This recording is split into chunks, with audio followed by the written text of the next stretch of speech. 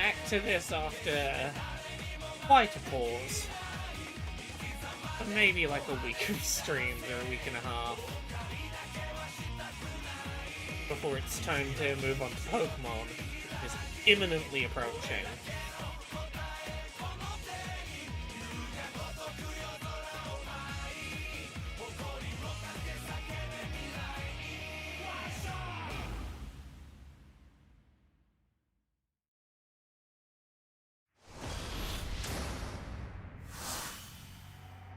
Right, we're back with Yakuza.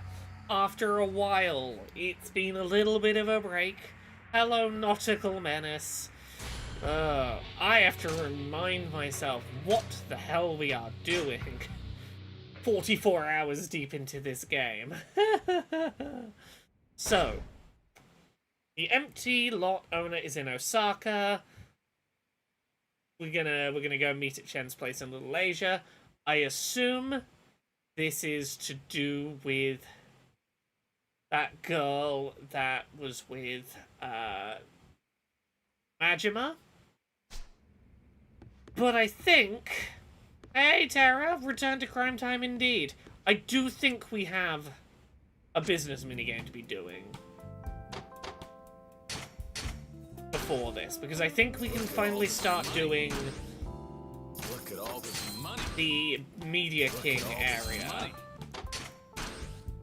Hey, Rachology! Which I'm gonna at least try. Let's make some money. Cha-ching. Let's make I'm some gonna at money. least try and finish this all off before I rush away to go advance the plot. Because Cha-ching. what would be the point in not doing the business minigame?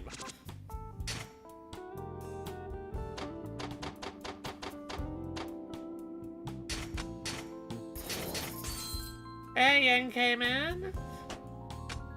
Let's make some money. Okay.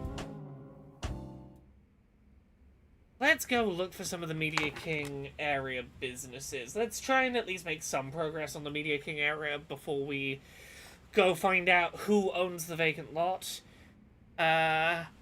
NK Man says, Digimon broke 84,000 concurrent users, I'm guessing, on Steam, and I could not be happier. It'd almost be Metaphori Fantasio. I am glad that people are digging Digimon. I could be happier if it actually be Metaphor. Here's the thing.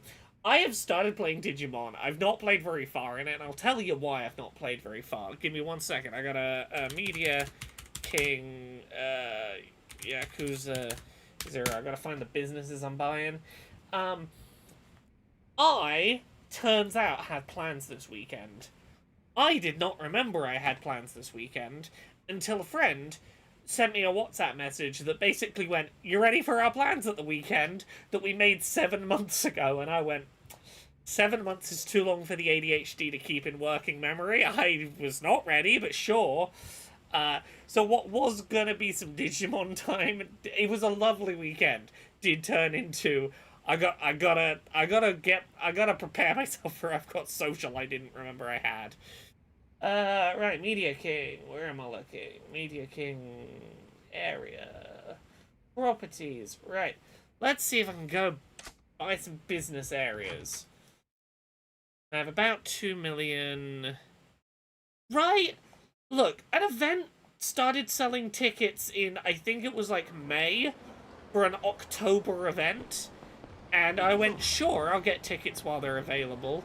And then promptly forgot that.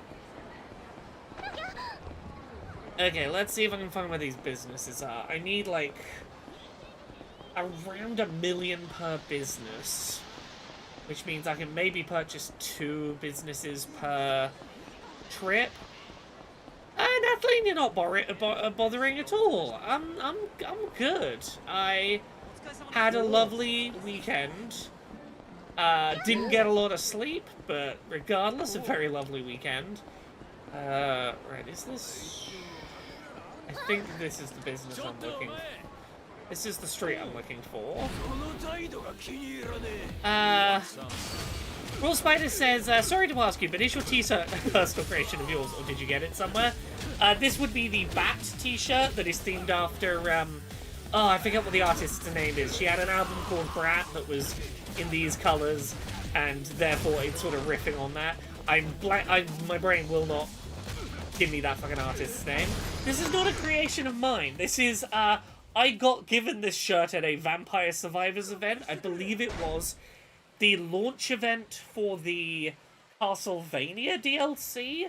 I went and did a little press preview, but I also took Steph along so that Steph could see their words in a video game at a press event and meet some of the Ponkle people. It was a lovely time.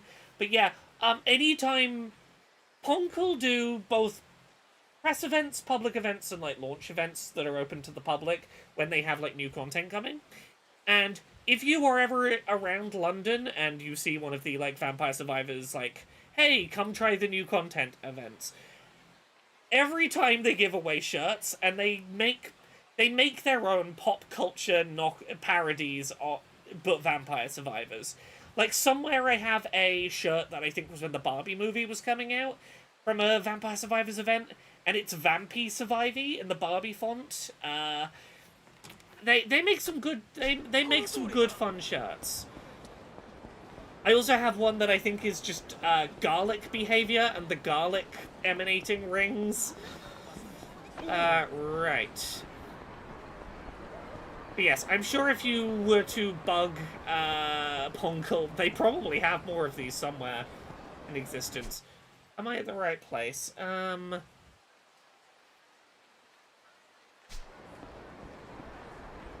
Where here is a purchasable business? Oh, is it here? Oh, the slot car racing. Oh, I could start vampire racings. Vampire racing? Slot car racing's brain. I'm trying to read sentences at the same time as speaking. Gamba Master says, Vampire Survivor press releases feel like April Fool's pranks made real. Yeah, the Vampy Survivies shirt, I believe, came from the event where everyone was there to see the co-op mode. Like, it was a press event for the co-op mode. And then someone from Ponkle took me over to a computer and went, I refuse to explain anything about this. Go nuts. And sat me in front of Vampire Survivors Director's Cut for 20 minutes that had a shit ton of new content in it that wasn't released. And I asked them questions and they refused to explain. I filmed it and I said, can I show people? And they said, yeah, but we will deny that we showed you. That whole thing, yeah. Yeah, no, genuinely, like, Ponkle love to do no one will believe you energy with their press events, and it's fucking wild. Yeah, a bat silhouette on this shade of green is something I've been after for a while. Ponkle does them. You could probably ask them for the bat image and where they got that green shirt. Pocket racing. I need to do pocket racing at some point. Okay, Pocket Circuit, we know what this is. It's, Scalextrics. They're tiny cars, they fit in your pocket. They're all the rage. Pocket Circuit Fighter. Oh, if I want to win this business in the business management, I have to do the Pocket Circuit minigame. Oh, do we do the Pocket Circuit minigame today? Maybe we do. Okay, that's the business I was looking for there. Okay, let's try and purchase businesses 8 and 7 while we're here. We'll get the other ones purchased because they're going to be quicker immediate income, but... tonight might be Pocket Circuit night. Rather than going and finding out who owns the vacant lot. You know, that thing we've been working towards for 40 plus hours. Right, so... Oh, don't beat me up.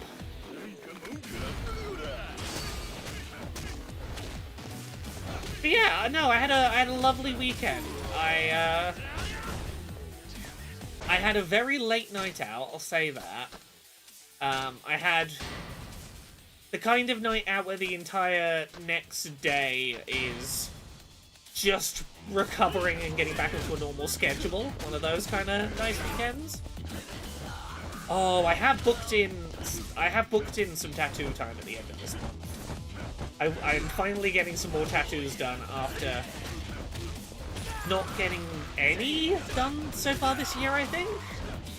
I don't think I've had any tattoos done this year. I think the last ones were last year. Which would be nice. Okay, let me find that building. What am I purchasing? I'm trying to find... Hotel White? Yeah. Also, I'm gonna move my camera back over to this side because I need to see when a building is purchasable again. There we go. Okay. No swimming for a while then? Yeah, but I honestly don't mind that because the weather's starting to get really terrible, and in the winter I don't want to drag myself out in the morning once a week and look out at it raining and know that I have to, like, walk however long my walk is to get to the swimming place. It's unpleasant. I don't enjoy it. If I'm gonna not be swimming for a while, it might as well be in the winter when I don't really want to be swimming anyway. Hotel Diamond Palace. Aha. As opposed to in the summer where I actively want to be going swimming. Yeah, 1.3 million. Okay, we need another, ideally about 2 million before we can continue shopping. But yeah, it's been a neat week this week. I can't talk in huge specifics about what I'm about to talk about because you know, being respectful of spoilers, but I've started the second Bridge Command campaign, doing my fake Star Trek adventures that I've been doing recently, and I've been doing, whereas the first campaign I, like, wedged into a weekend. I did the whole campaign in one weekend with a group called the Takanami Turtles. The second campaign I'm doing with a different group called the Gobies. My lovely wife Jane is joining us, being one of the Gobies. And we are the very first group that at Bridge Command that is doing this second campaign. So I think what I can say is I am experiencing plot that no one else doing Bridge Command at the moment has experienced, which is interesting. It's interesting being one of only 11 players at Bridge Command in the know about where the plot, the big plot is going next. And it's been a really fun... It's as much as I enjoyed the frantic chaos of wedging 5 missions into a weekend for the first Bridge Command campaign, I think I prefer doing, like, one campaign mission a week or so, which is what we're doing for the second campaign. Because I have spent so much of this week, Look at all this doing additional homework for fake Star Trek. Because the first mission of the new campaign really latched onto an incredibly specific, niche hyperfixation topic of sci-fi lore for me. It was based around something that is a sci-fi topic that is a bit of a personal hyperfixation. So I maybe spent the following week thinking way too hard about the fictional rules of a fictional space universe. Because I was like, ah shit, if that's the story we're doing, I have so many hyperfixation, like, mood boards of ideas and theory crafting I can bring to the table for this.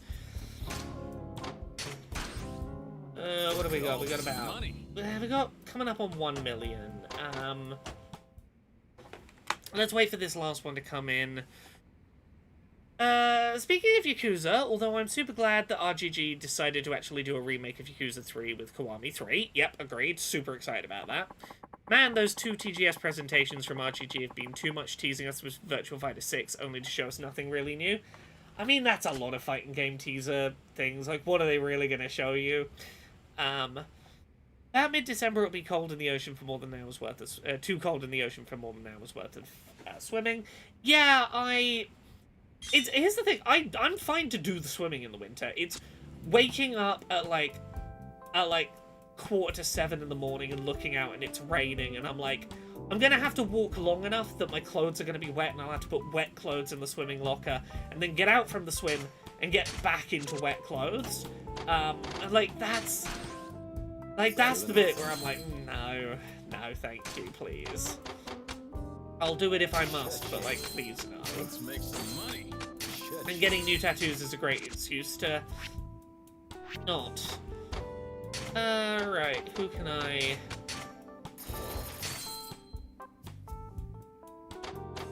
Let's try and upgrade some of these. I realised I've forgotten to... On the last visit, forgot to do this.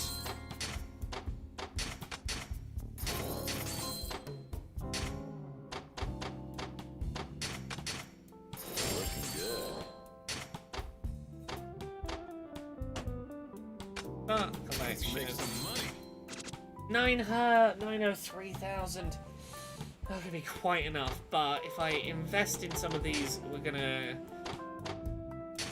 get the other stuff to go up quicker.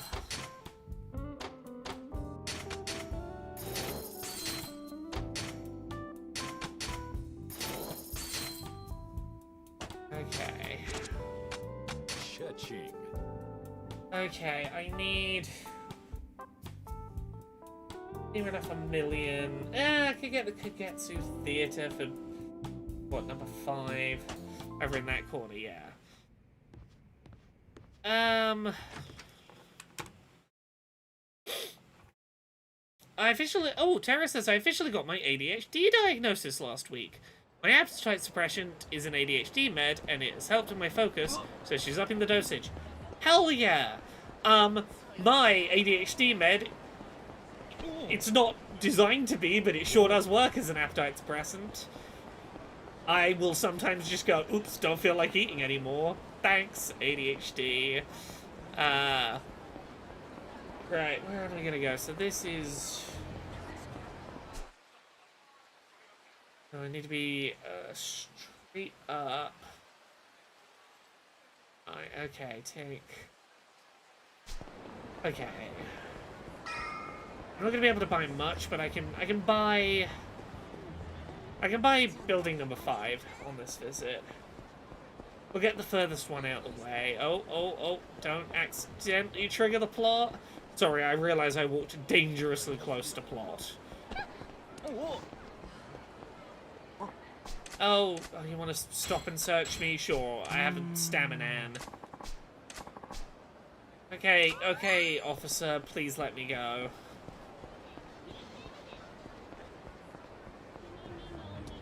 Right, so we purchased, what, 2 buildings on the first visit out of...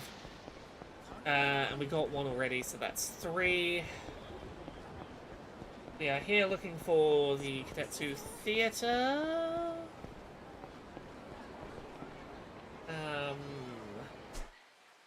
I want to be another street up, I suppose. And what, left? Okay, yeah, this way. So yeah, I've been doing lots of, oh yeah, here we go. Yeah, I've been doing lots of genuinely important, like, worky stuff. Today I put together an AA episode that's gonna be ready soon. I did a really nice bit of work today. I got contacted by the parents of a 5-year-old with one hand, who were like, hey, our kid is old enough that, like, their friends are starting to talk about playing video games, and they want to play them too, but with suddenly as parents going, we don't have answers for how possible that's going to be for you. And someone they know recommended they watch through Accessibility as a series, and then they reached out and said, hey, I don't know if you can help at all. So I spent a good chunk of my day today talking them through, like, one-handed gaming options that exist, and both on, like, controller types, but also ways that you can work around making games more playable one-handed without additional tech, and, like, things that might be good starting points for a 5-year-old on that front. And it was a really lovely chat. I'm very happy that it seems like we found some places for them to get started. So like that was a nice bit of today that was like not strictly work, but it's not my job, it's not what I get paid to do. But I've put enough out into the world that there are people now who, when they need that kind of help, they either go, oh, Laura will know, or someone will recommend me them. And, like, while I charge companies for advice on accessibility, 100% of the time, if just a random person is like, my kid wants to play games and can't, or, like, hey, I'm recently, like, suddenly disabled as an adult and I'm kind of freaking out about this, can you help? I will always just be like, yeah, no, sure, I will give you my time, how can I help? It is a thing where in my head, the way I justify it is, every time, like, a big corporation pays me for, like, to advise them on accessibility, that pays for me to have enough time to do that shit. And anytime I get to do that, and then I get, like, a picture of someone being like, oh yeah, we tried a thing you suggested and kid is playing game, I'm like, I helped, that's good. It makes me happy to do. So that was a good chunk of my day today, as was writing up fictional space protocols for imaginary space events. Tara says, my favorite thing about the AA event this summer was when the kid was playing a Paw Patrol game. I just knew you were holding back telling the kid and their parents ACAB, at least in my mind. Look, sometimes you gotta let a kid enjoy Paw Patrol and not give them a lecture about, like... Because you're gonna get me on the ACAB, the anti-Paw Patrol talk here. I would argue the ACAB of it all isn't even the worst thing about Paw Patrol. Like, granted, it's propaganda, but, like, you know what I think is the worst part of Paw Patrol? Nobody asked. The weird levels of classism, specifically toward, workers with undesirable jobs. And I'm specifically here talking about the waste management dog. What's his fucking name? Let me tell you my anti-Paw Patrol spiel. Refuse dog Paw Patrol.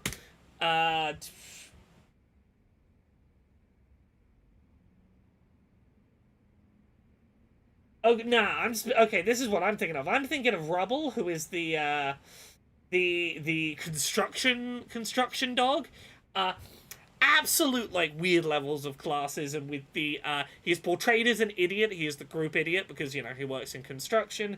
He's the only one, like, who's like, oh, no, you're like, they've eventually gone, he's a British Bulldog. For a while, his official breed was Mutt. There is a weird level of talking down to him in that show that is really, like, weirdly classist against people in, like, in manual labor jobs. You know, the propaganda of it all is bad, you know. There is a lot of, like, hey, no matter what the emergency, we'll send the cop. Like, the cop is the best first line of defense regardless of the emergency. But, like, you know, the propaganda is, yeah,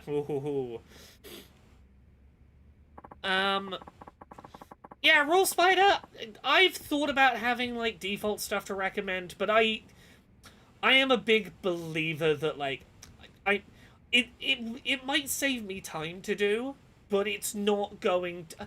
I would rather give tailored advice to a situation. Like, sure, I could...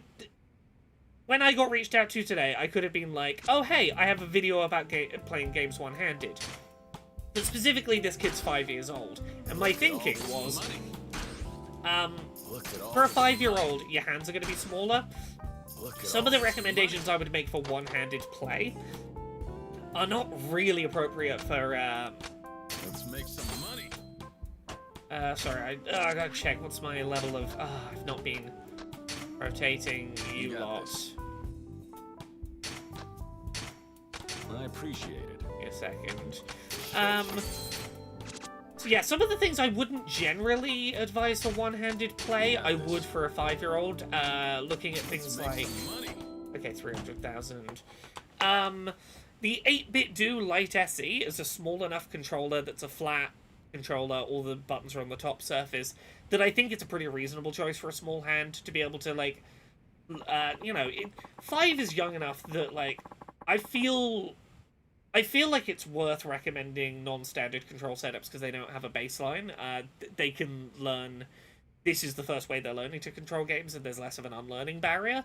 Something like that is small enough for a 5-year-old's hand can be, you know, middle 3 fingers on buttons, 2 thumbs on sticks. Opens up the ability to do two analog stick gaming without necessarily needing to learn, like, you know, there are options like the one-handed grips for Switch Joy-Cons that are kind of interesting.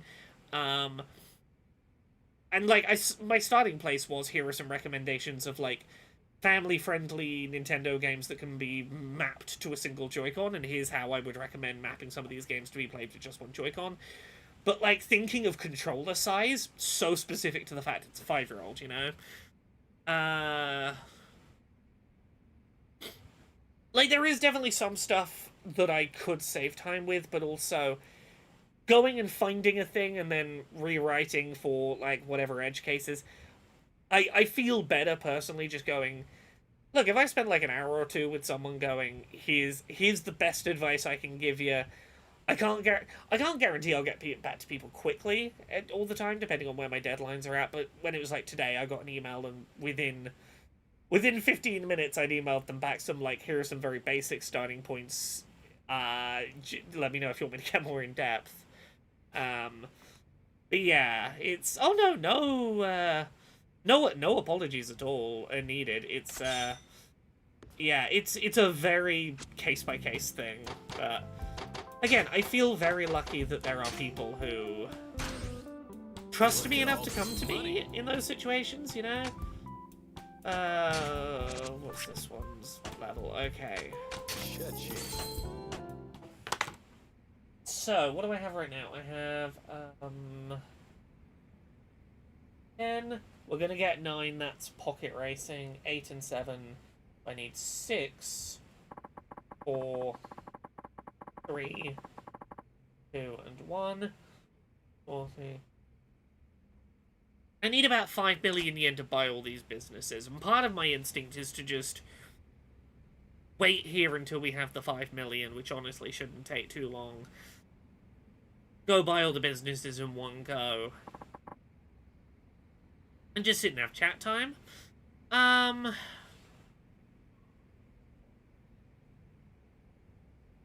BT says, seeing the weird situation of Billy Bragg's video of his new book that my uncle edited and published.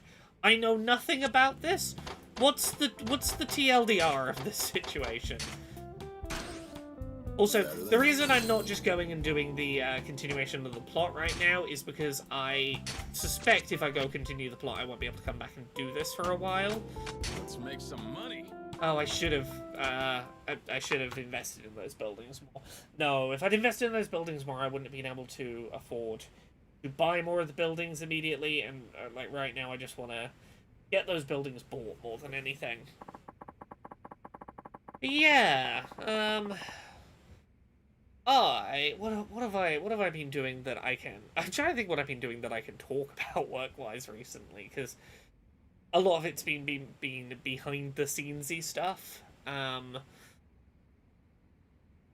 I have had a fun few days of people being mad at me for writing about The Sims and EA being acquired by the Saudi government and Jared Kushner.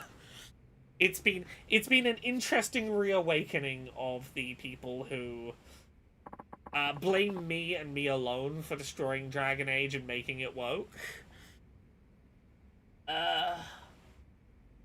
You know, going on. God, we're like a week away from Pokemon coming out. That hit me today. That we are like a week away from a new Pokemon game, or like a week and a half, like 10 days. What is it now? 10 days or 9. If you don't mind downloading from Australia. It's gonna be here before we know it. Yeah, let's jump straight into new purchasing. I really should buy the new buildings when I can afford to. It will generally speed me up.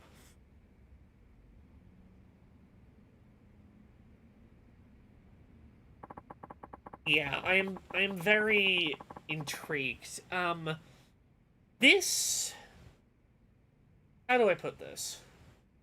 I'm very curious about something in particular, which is... This is the first, like, major cross-generation Switch/Switch 2 game that would be the kind of target that generally people try and leak online ahead of release when it comes to Nintendo, which is relatively easy to do for Switch 1 games.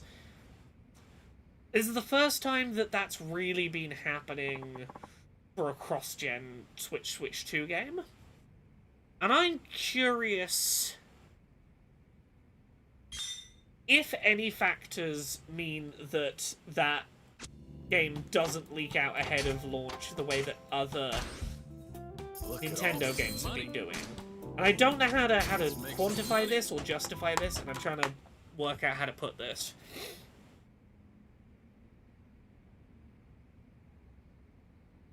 While it will be possible to pirate and run Pokemon if it leaks early, what I'm wondering is the fact that, like, the Switch 1 version is very easy to, like, dump and put on the internet, but the Switch 2 version isn't, going to in any way deter people from trying to pirate and leak that game, because they're all too eager to play the Switch 2 version that runs at 60 frames a second on console, that they won't bother pirating and leaking and risking leaking the Switch 1 version because, well, where's the appeal in that? The Switch 2 version's like a week away.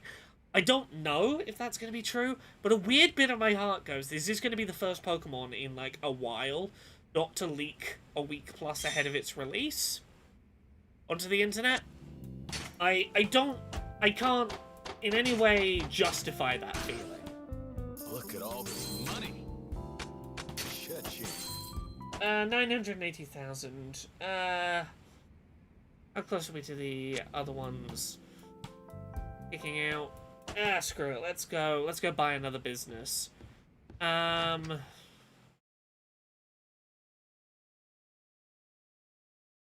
Oh no, it's not the Sims community. To be clear, it's not the Sims community coming after me.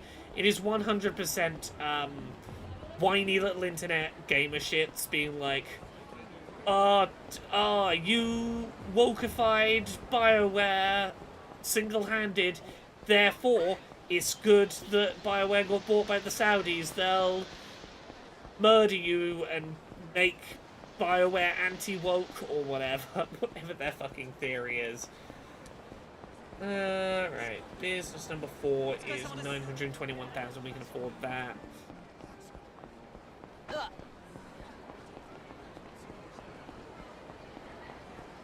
Oh, the BT, that's super cool. Getting to have association with a cool book like that.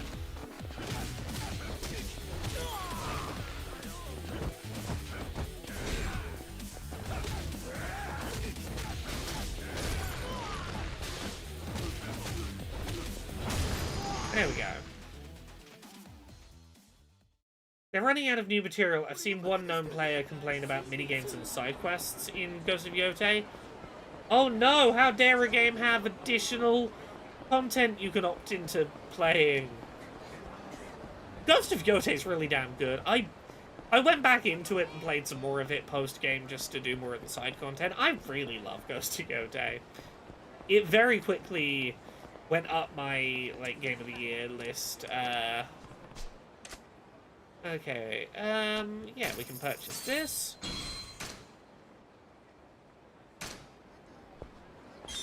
Roll Spider says, I have a probably likelier reason. The pirates have access to a cartridge of both. Stay real quiet. Having cross-gen games helped tremendously in figuring out how many platforms locks down everything. Well, not really. Because the problem is that, like, fundamentally, the reason that the Switch one was so easy to break encryption on is because of the paperclip exploit. It was really easy to just get the public keys that were needed for software decryption. And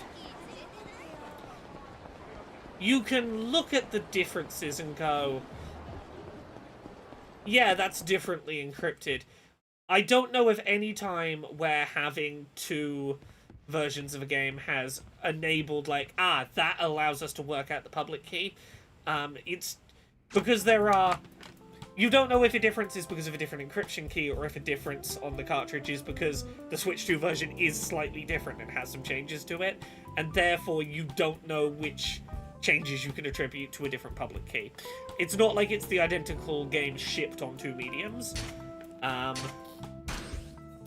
Look at all this money. Go Let's that make way. some money. Because at present, there is, to my knowledge, no way to read the data off of a Switch 2 cartridge yet.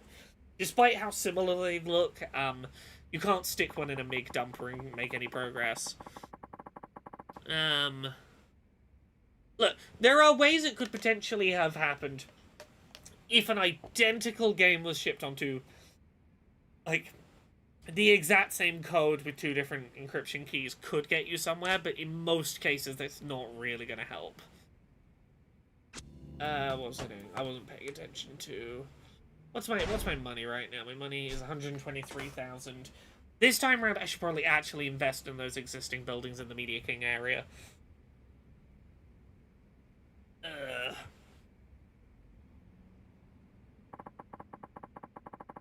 There's definitely little bits of leaking already, starting with, where's our problem?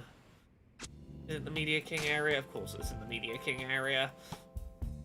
Okay, let's wait and get these other two collected and then run back. Yeah, bits of, like, the character creator and, cosmetic trees and stuff have started to show up online. Look at all this money. Shit. Look at all this money.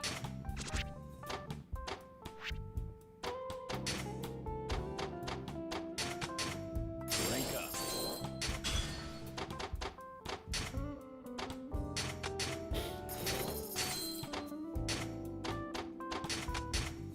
Looking good.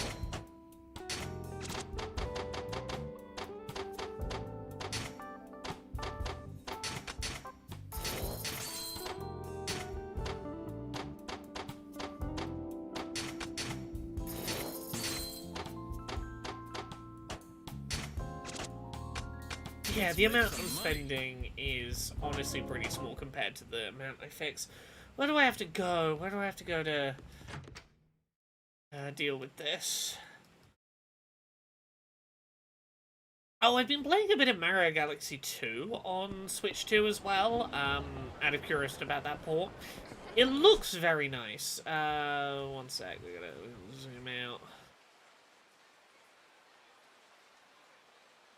I see, okay.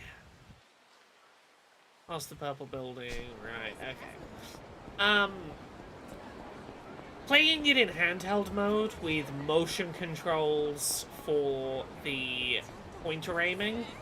I wish there was a way to turn that off and instead be like, hold down a button and make the, like, and while I'm holding that button, the right stick is the pointer, or something like that.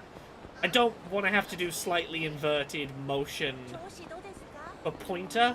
It's made me only do the pointer when it's absolutely fucking necessary when in handheld. Will Spider says, Pokemon Legends has been shown with its Switch 1 footage a long amount of time, then they showed the Switch 2 footage its night and day. Don't know if that's enough to prevent the leak of the game online, just the promise of a better game. Make people uninterested in a Switch 1 dub. I'm not saying no one would be interested in a Switch 1 dub. I'm saying the further, like the gnashing at the gates for it, because they only showed 2 trailers total. One theoretical teaser and then one actual trailer for the Switch 1 version, and because so many people are like, oh, I won't play Pokemon because it's 30 FPS. 30 FPS Pokemon is unplayable. So many people swore up and down. The kind of people that would go out of their way to play a leaked version absolutely complained so much about the performance of the last couple of games. I can see a lot of them being like, fuck it, I'll just wait. Because piracy is very much a crime of convenience, and if you can make the pirated version not the, like, oh, this isn't as good as the thing I know I could just pay for, a lot of times people will just pay. And to be clear, I think it will dump, but I think it will dump later than most of them have been recently, because there's just going to be less energy around it, you know? Again, I could be way off track. Okay, money is flowing again. Business, business, business.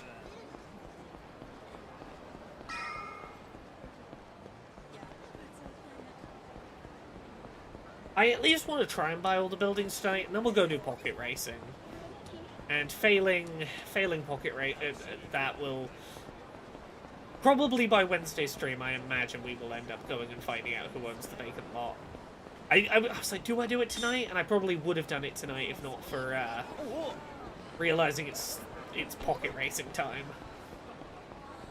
I love me pocket races. Yeah, I've been keeping a vague eye open for the state of Legends ZA, just to be like, do I need to... A, do I need to lock down everything and turn on all my keywords to not get spoiled? Or B, do I need to start asking the place I know sometimes sells things early, like, oh hey, you got yours.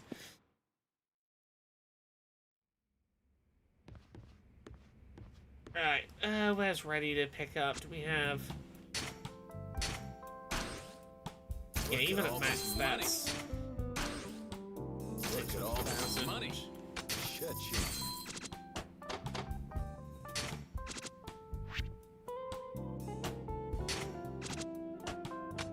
Let's make some money.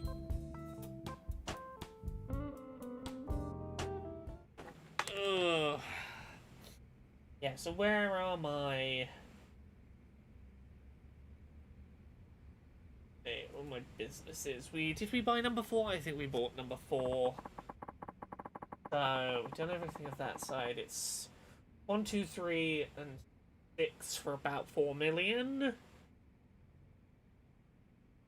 For around 1 loop. Ideally, I would get them at once.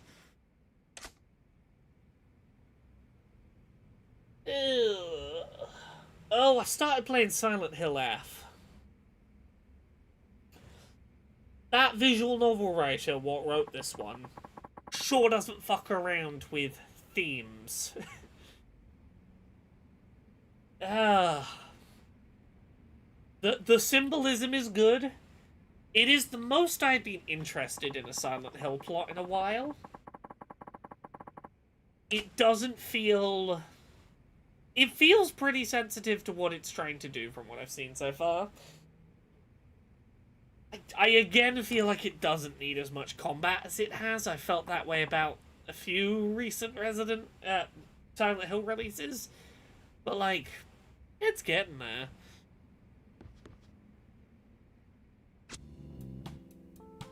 Nearly there. What did I say? There we go.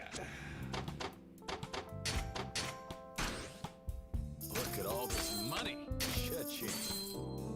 When the Gambling King area pays out, we can afford another purchase, but no, I should invest in the Media King area. That's going to really speed up the rate at which we're actually earning income. Even if it takes the longest to pay out, it's going to pay out well.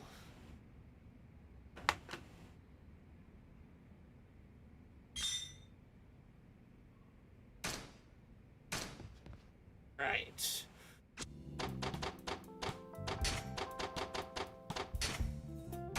Oh, I didn't assign anyone to this area, did I? Oh, money battle! Disaster. Oh shit, I didn't put anyone protecting this area. Fuck. Oh no. Yeah, I realized that right in time to have my money stolen. Okay, well... I appreciate it. You got this. Oopsie, that's on me. I just lost 5% of this area for no bloody reason.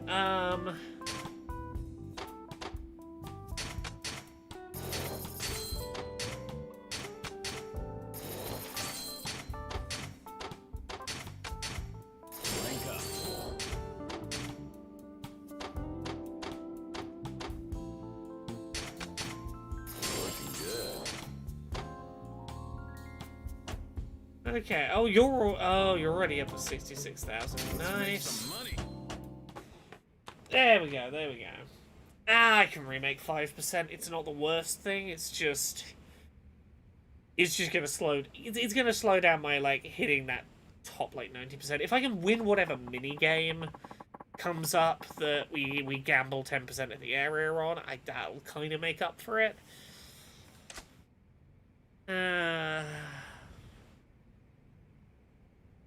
Yeah, I've seen Silent Hill F being very divisive, and without saying anything to spoil you, I can see a difference in the kind of people I'm seeing not think it's a good game versus the kind of people I am seeing think it's a good game. To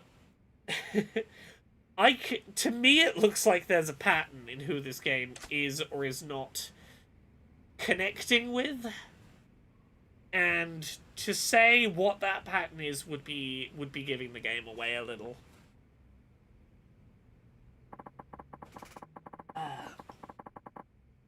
Come on. I need my businesses. Business, business, business.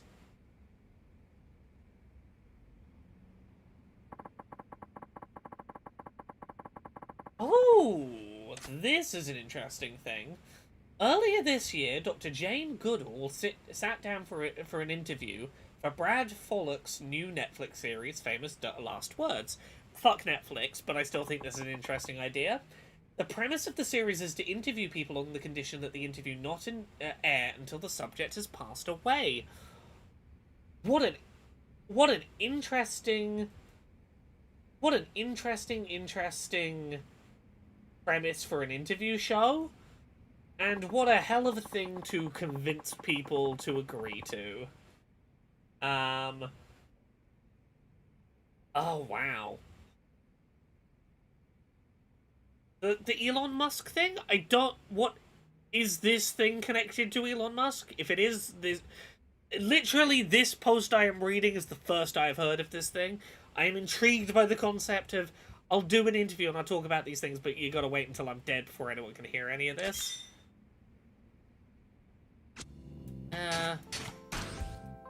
Look at all this money. Look at all those chickens. I appreciate it. Cha-ching.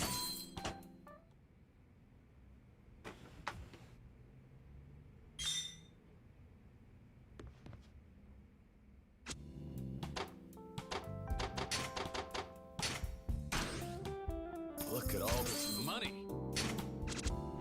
Okay, 100% share. You got this. Let's make some money. Okay, I've got nearly $1 million, but while I'm here... Oh, I can talk about a Bridge Command thing that was very interesting that happened this week. I can tell you some of my space adventures that are not super classified secret mission things.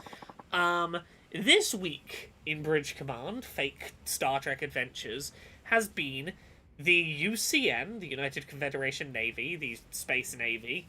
It's been the elections for the UCN, which has been voting on a new president. Oh, sorry, I'm gonna pause. I'll come back to this. I'm reading the Nathalie thing about the Elon Musk thing. Jane Goodall was asked if there were people she disliked. She said yes, and that she hoped they would go on one of Elon Musk's spaceships. The interviewer asked if perhaps Elon would be there. She said that he would be the host. Oh, that's great. Okay, I'm glad that I hadn't inadvertently stumbled into something Elon Musk positive. Oh, I hadn't seen that clip, but I'm guessing that's part of... It sounds like a thing that would be in this interview, yes. But yes, the UCN elections have been happening in British Command, which has been like...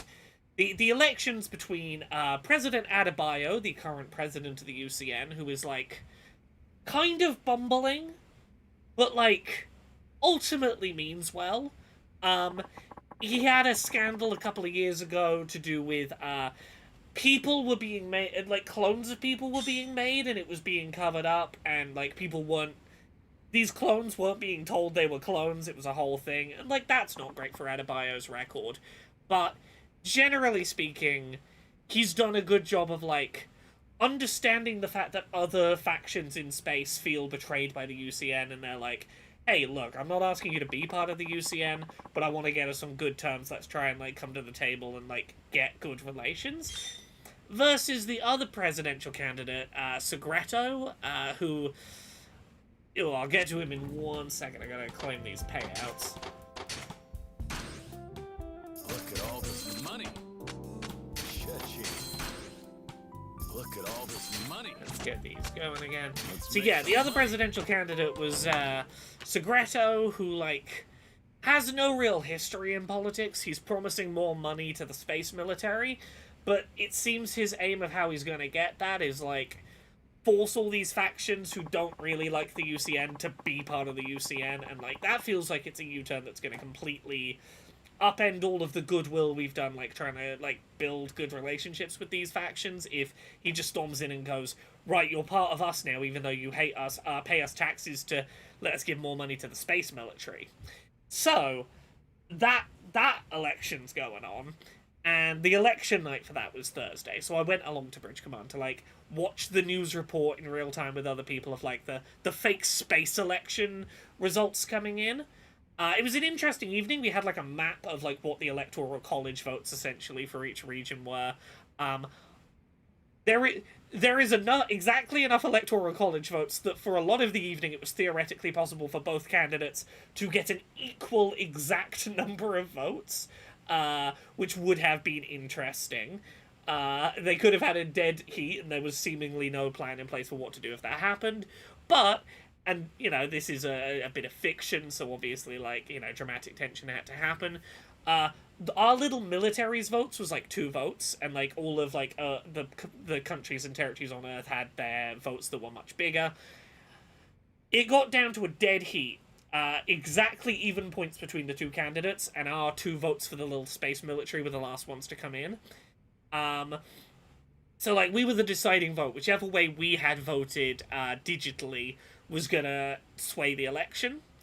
And then it turned out that space hackers had hacked our military's votes and cast 10 million votes for a third-party candidate who didn't exist. So we've had to redo the elections as paper ballots, which caused, like, a whole lot of chaos, and suddenly, like, all of the universe is looking at our tiny little military faction and being like, oh, you are literally, you and your 2 votes out of 818, your 2 votes are the swing state votes now. So that's been interesting space politics that have been going on. Hey, Maracas, I will be careful about what jokes I make as someone who might want to enter the United States at some point for work purposes down the line. Not under Trump's current presidency, but maybe there'll be a not terrible president in the future and I might feel safe to come back there. So I'm going to be careful what I say on the internet, but I see what you got suspended for. Space colonialism, like real colonialism, but white people can see it. Yeah. There would. I don't like Segreto.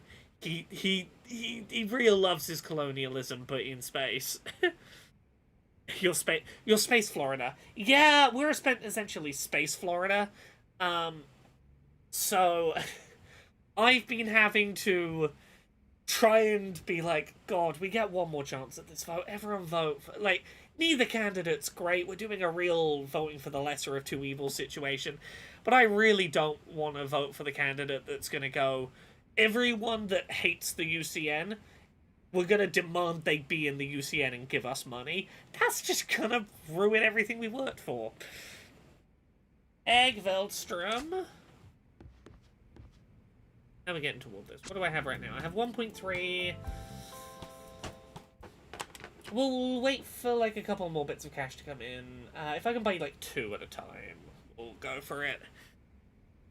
And then, yeah, because we got 4 buildings total. Purchase.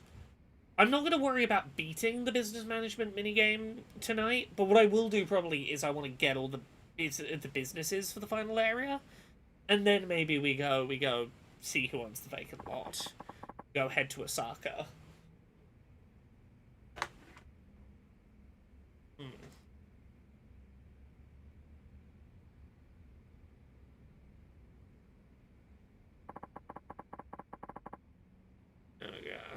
I wonder where they got that plotline from. Looks at our neighbor to the south that's trying to annex us some places nearby.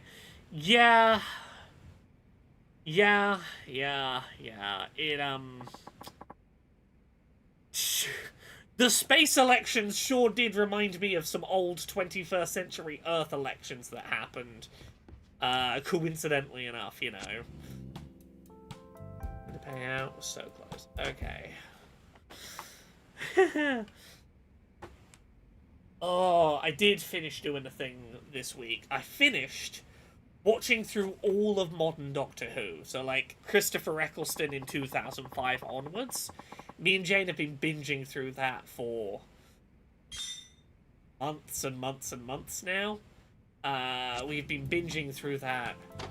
I can't even think when we started at this point, but, Look at all this money. I cannot think off the top of my head how many episodes that is we've seen, but I believe that is 13 full seasons of Doctor Who that we have binged. My ultimate thoughts by I just finished the 13th Doctor, which is Jodie Whittaker's Doctor, tonight. The 6-episode run she had of Flux, overcomplicated, not great, but like ultimately her last 3 specials, really good. I really like the new master they introduced. I really like that final 3-episode arc. The final special that Jodie gets is like really moving and beautiful. I like that they let her have a really sweet, tender lesbian thing for a bit. Like, while there were points I wasn't sure on Jodie Whittaker's Doctor, by the end of that last 3 specials I went, they really finally found their footing with Jodie as a character.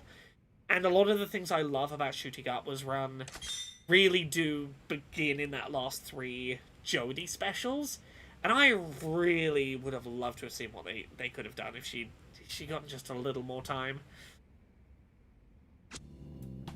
But yeah, I was determined no matter how good or bad individual things are, I was gonna finish watching all of Doctor Who, and I did. We watched all of it. Look at all this money. Which means that now the next thing on our plate is one sec. What do I want?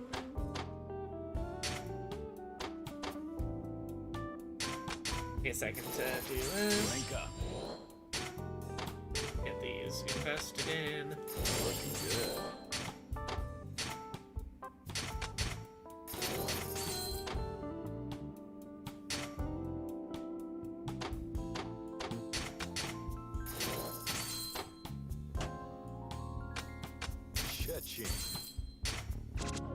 I just have these 4. Did I not buy?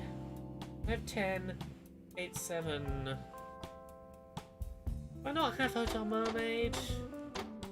I do. Okay. 5 is Kagetsu Theatre. Did I not have quite enough when I went to Kagetsu Theatre?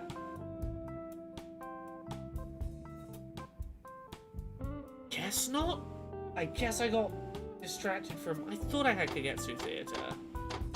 I don't know where that money went then. I don't know what I fucking did there. But that is collecting. Yeah, look, I wanna give some love to the 13th Doctor, to Jodie Whittaker's run. I think there are problems with that run. Where do I even start? Ryan as a character, as much as he eventually finds his footing, his first season, as a person with dyspraxia, I think I'm allowed to say this, they lay it on a little thick with the name drops of dyspraxia in places where it isn't really a good fit for what he is doing. Like, sometimes it's brought up for things that it is not anything to do with, that I find kind of amusing. Graham as a companion I really liked.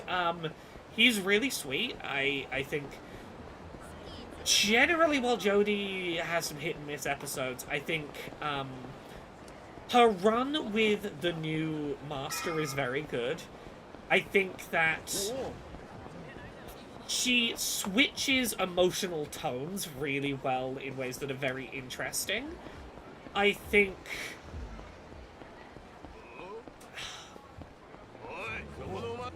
I think that while she didn't have the most consistent first season, like, I think there's a couple of episodes in her first season that, like, are just weak stories. I do think, generally speaking, she plays a very consistent version of the Doctor,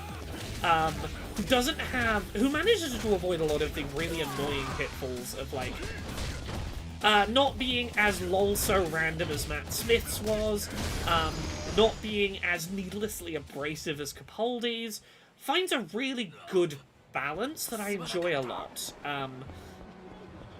You know, while there are definitely problems, yeah, there we go. Who are these characters we're talking about? We're talking about, the Doctor Who, and the 13th incarnation of the Doctor, the first time the Doctor was regenerated into a woman. There's a couple of times where there's a couple of jokes made in Jodie's run that are, like,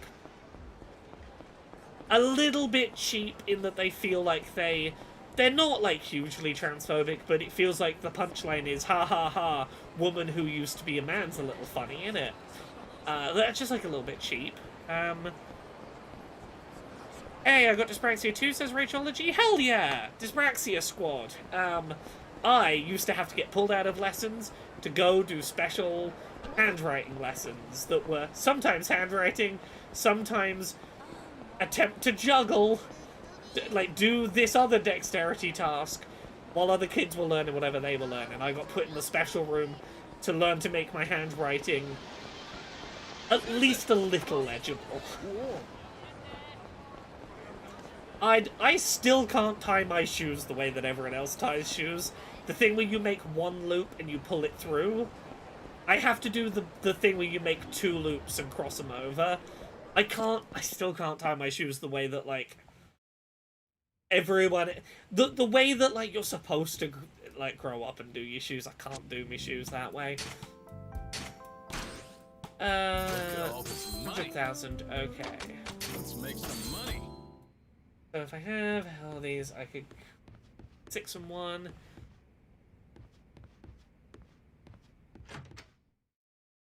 Yeah, Dyspraxia squad. I really struggled with riding a bike for a very long time. My coordination is just generally very bad. I can't be doing two things at the same time with my hands. It's just, no thank you, don't work. Oh, I can't do... When I say juggling lessons, they would not expect me to actually, like, juggle 3 balls properly. This is like 2 balls, throw one in the air, pass the other, catch the first. Like, the very basic version of juggling. I couldn't do that. Yeah, let's grab that 80,000. Look at all this money. Okay, million. Let's try and get building number 6 if we can while we're out.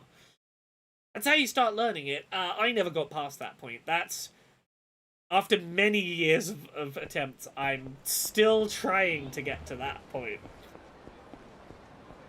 Don't ask me how I've beaten some of the games I've beaten on stream. My hands don't generally do what I tell them to do. I am about the last person who ever should have gotten into a job playing video games, or for that matter, tried to be a drummer. That's another one that I started trying to learn to drum explicitly as a way to try and work on my coordination.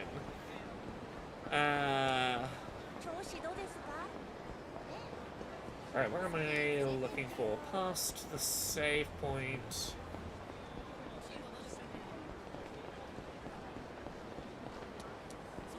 Oh, I can't snap my fingers. I just can't do. That's not what I can do. Okay, that's there. Let's run back. So I now have 3 more properties to purchase, and then we can probably go try to do a little slot carring. You know, can't click my fingers. I was briefly for like 2 days I worked it out and then I lost it again. I cannot tell you what happened. There was about 2 days where I could kind of shittily just about click my fingers, and then I lost it. Rachology says, so many broken limbs as a kid, falling off and bumping into things. Social services got called, and my mum is going, she's really just clumsy, honest. Hey, Rachology, same. I cracked my head open 5 times before the age of 10. Fell off the top bunk of a bunk bed. Tripped headfirst down the stairs and hit my head on the coffee table. Did a forward roll in a swimming pool, and there were steps, and I just smacked my head on the step because I didn't have the spatial orientation to realize how close the steps were. What were the other ones? Oh, tripped into a lamppost, smacked my head open. But I have multiple scars under my hairline that, like, if you move my hair in certain ways, you can see, like, crescent shapes where just no hair grows, because they had to, like, glue and stitch my head back together. Okay. The Media King used to be a famous dancer, founded a talent agency to groom actors, singers, and idols. Used the money from that company to operate discos, became a billionaire in the process. He's the Disco King. Oh, am I gonna have to do a disco battle against him? For that 10%. He pimps up-and-coming starlets to rich men. Oh, hey, Media King. Yeah. Okay, I don't like to be called that. Please call me the Disco King. I won't be doing that, sir. Okay. The true reason I came here... I don't really have a reason. I'll go off then. I'm trying to purchase all your properties. You swung by... I feel better now, because all of you were a joke. The Leisure King, Electronics King, Pleasure King, Gambling King. I assumed you'd be more impressive, but you're all idiots and pushovers. No. Okay, I'm a lover, not a fighter. Come to my next dance party, we'll have fun dancing all night and get to know each other better.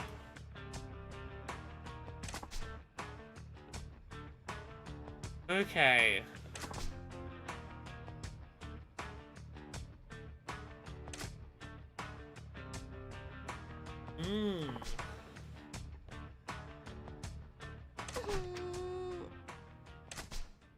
Somehow got insanely good at yo-yo tricks. Look, sometimes you find the one thing that your muscle memory can do and go, oh, I'm coordinated at this one, I'll do it. For me, it was roller derby. The thing that I could manage to not trip over my own feet doing that somehow. Right. Yeah, no, so, like, growing up, my biological dad was a nurse, which meant that more than once, I cracked open my head and had to go to the hospital, and it ended up being my dad that, like, sorted my head out, which, in hindsight, I don't know if they're meant to do that or if they're meant to, like, put someone that doesn't know the patient on that. So, like, if that's, like, a conflict of interest is probably not the right word, but, like, you might not make correct judgments because it's someone you're related to, but at least once, the time that I cracked my head open in the swimming pool, it was my dad that, like, stitched and glued my head back together at the time, which is a weird memory.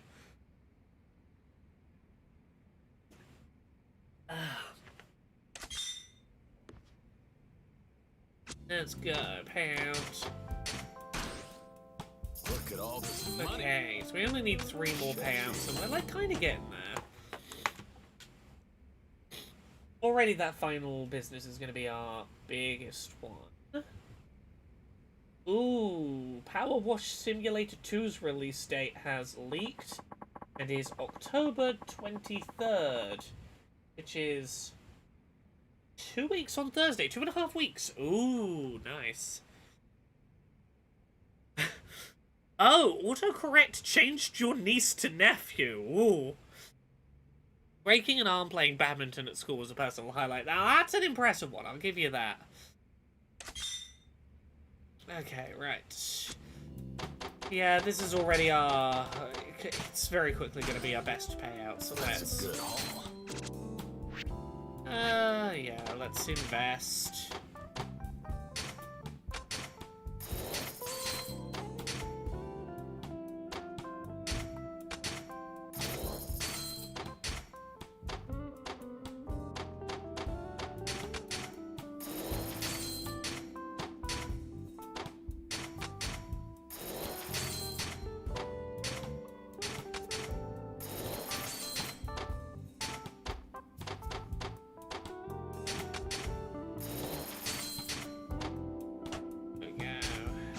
Start Let's collection. make some money.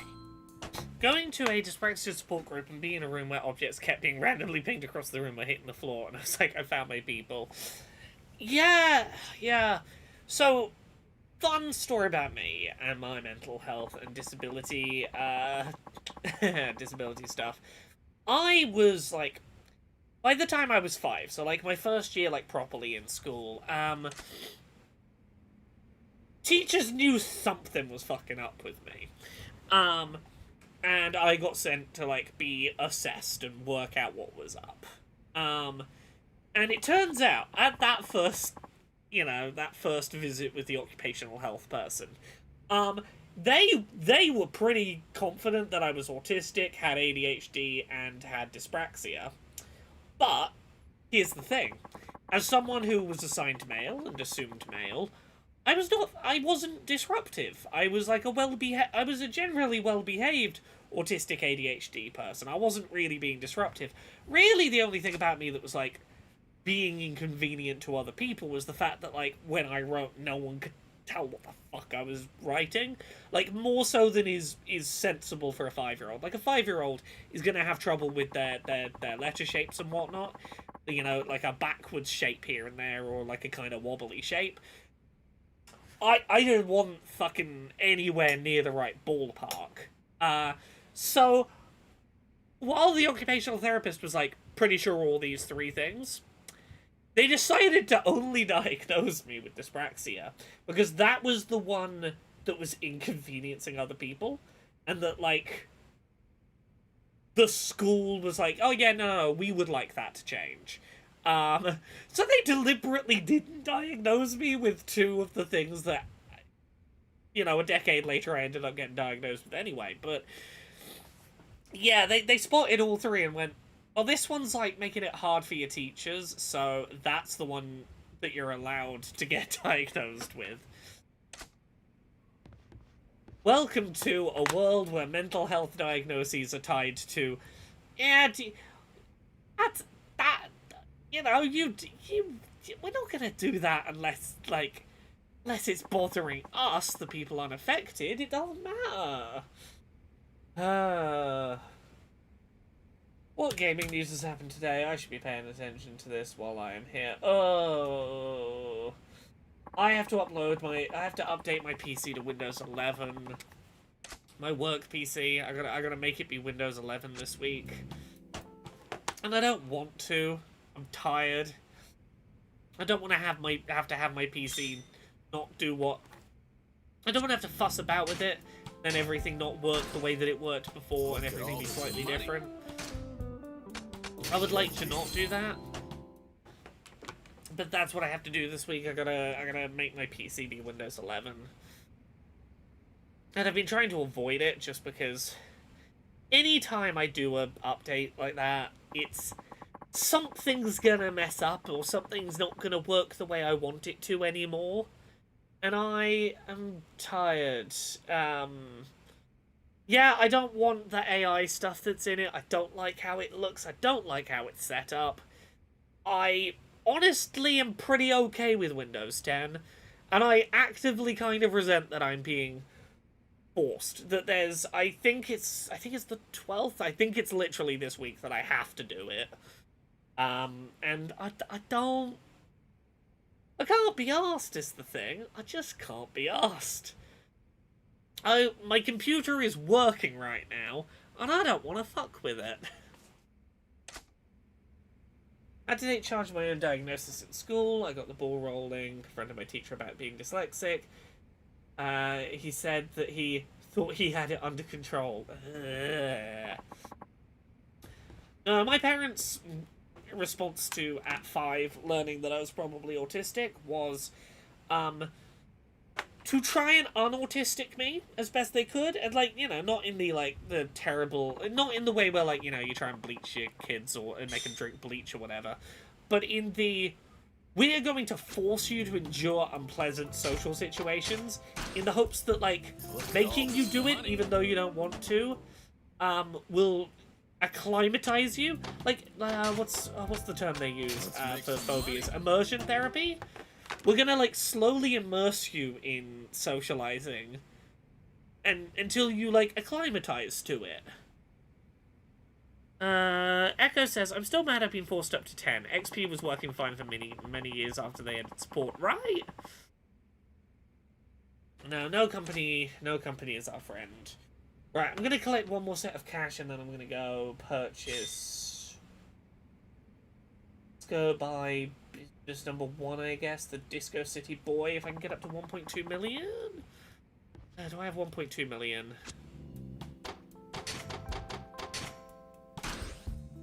Look at all this money. Cha-ching. No, but I will... When...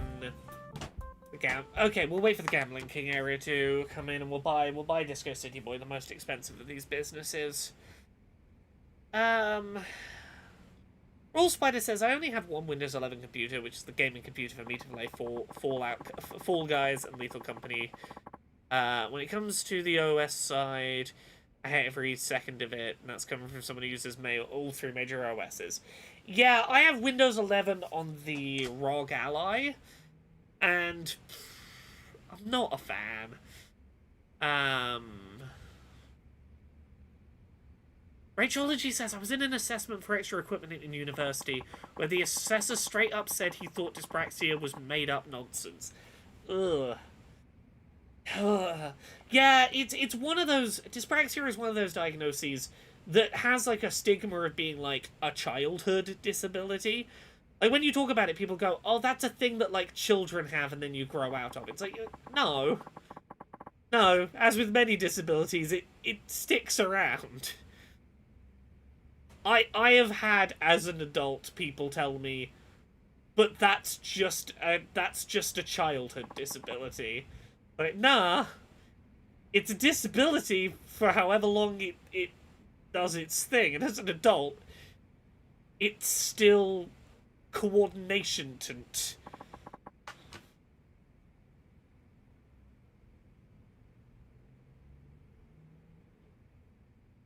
Come on, Gambling King. Come on, pay out.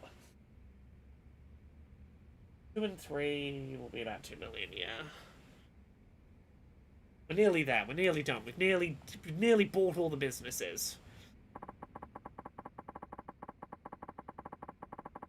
Echo says, simultaneous conversations about childhood diagnosis woes and PC operating systems. We're capital A autistic in here. I mean, what else have we talked about today? We've talked about Star Trek LARPing, Pokemon, a video game in which the job is manage business numbers and watch numbers happen. Money. Let's make some money. Okay, I'm gonna go sort out the Media King area as well while I'm at it. We're talking about space. We were talking a little about space. We talked about the space elections earlier, and about how I told everyone about how the elections between President Adebayo and Segreto, and how neither of us are great fans of Segreto, and the grey hats hacking the elections. Gotta go to space. Oh, we talked about Doctor Who as well. We've been very capital A autistic tonight in chat. And I'm assuming the fact that Jane is here means that we have a thumbnail for AA. It's probably appeared. Let me hit pause so I don't miss this. Yeah, that is a perfect thumbnail. Wonderful. Thank you for the thumbnail, Jane. Yeah, we were talking about having just finished that Doctor Who watch through. We've been real autism trained tonight. Jane Goodall is dead, but from beyond the grave, she wants Elon Musk to go to space. Yep.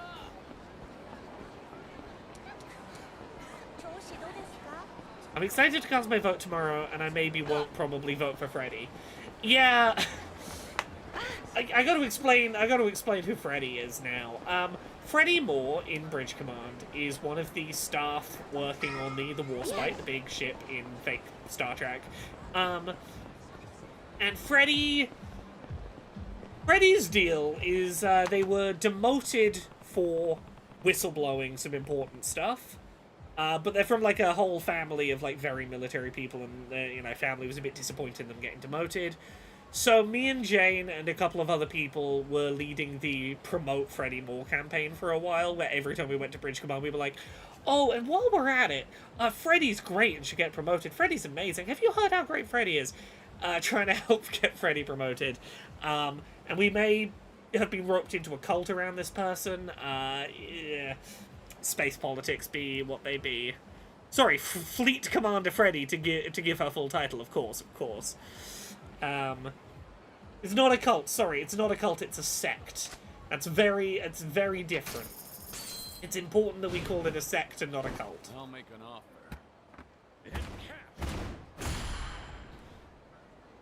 Oh, big building. The sect of more. We're gonna have patches and everything.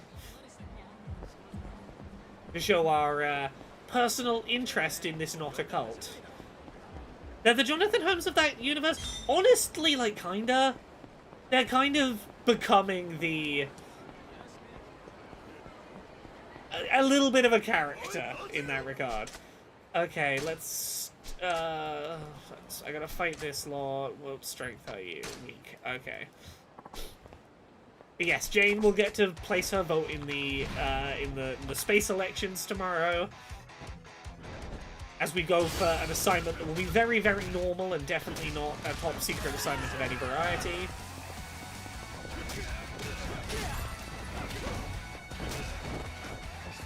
Can we get Freddy on UCN MTV Hyperlane rules?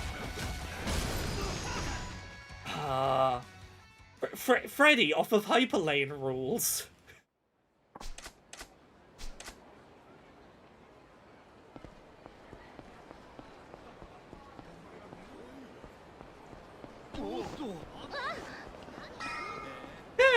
Rachology says, I remember being at a Doctor Who convention for its 40th anniversary, and the compare's opening remark was, is there anyone in the building who is not gay? Out of curiosity, Rachology, was anyone in the building not gay to your... Did anyone respond? Yes, me, I'm not gay. Or was it as suspected a lot of homosexuals? Jane Googles what is a not gay. They're these things that, like, allegedly exist, but it sounds fake to me. Okay, we need, like, 2 million remaining to buy the final 2 businesses. And then we can go to pocket racing. Right.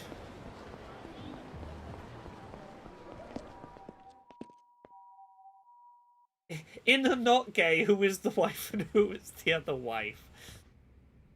Right, who's paid out? Look at all this money. Let's make some money. Every time he says, look at all this money, I just hear that stupid look at all those chickens vine in my head. Look at all this money. Look at all this money. 400,000. Okay, we're nearly ready to start pumping more money into Gambling King Area's investment. There were some not gays, but we made sure they felt included. Oh, well, that's nice of you. Not you know, shouting them out of the building with pitchforks and torches, being like, "You are not welcome here."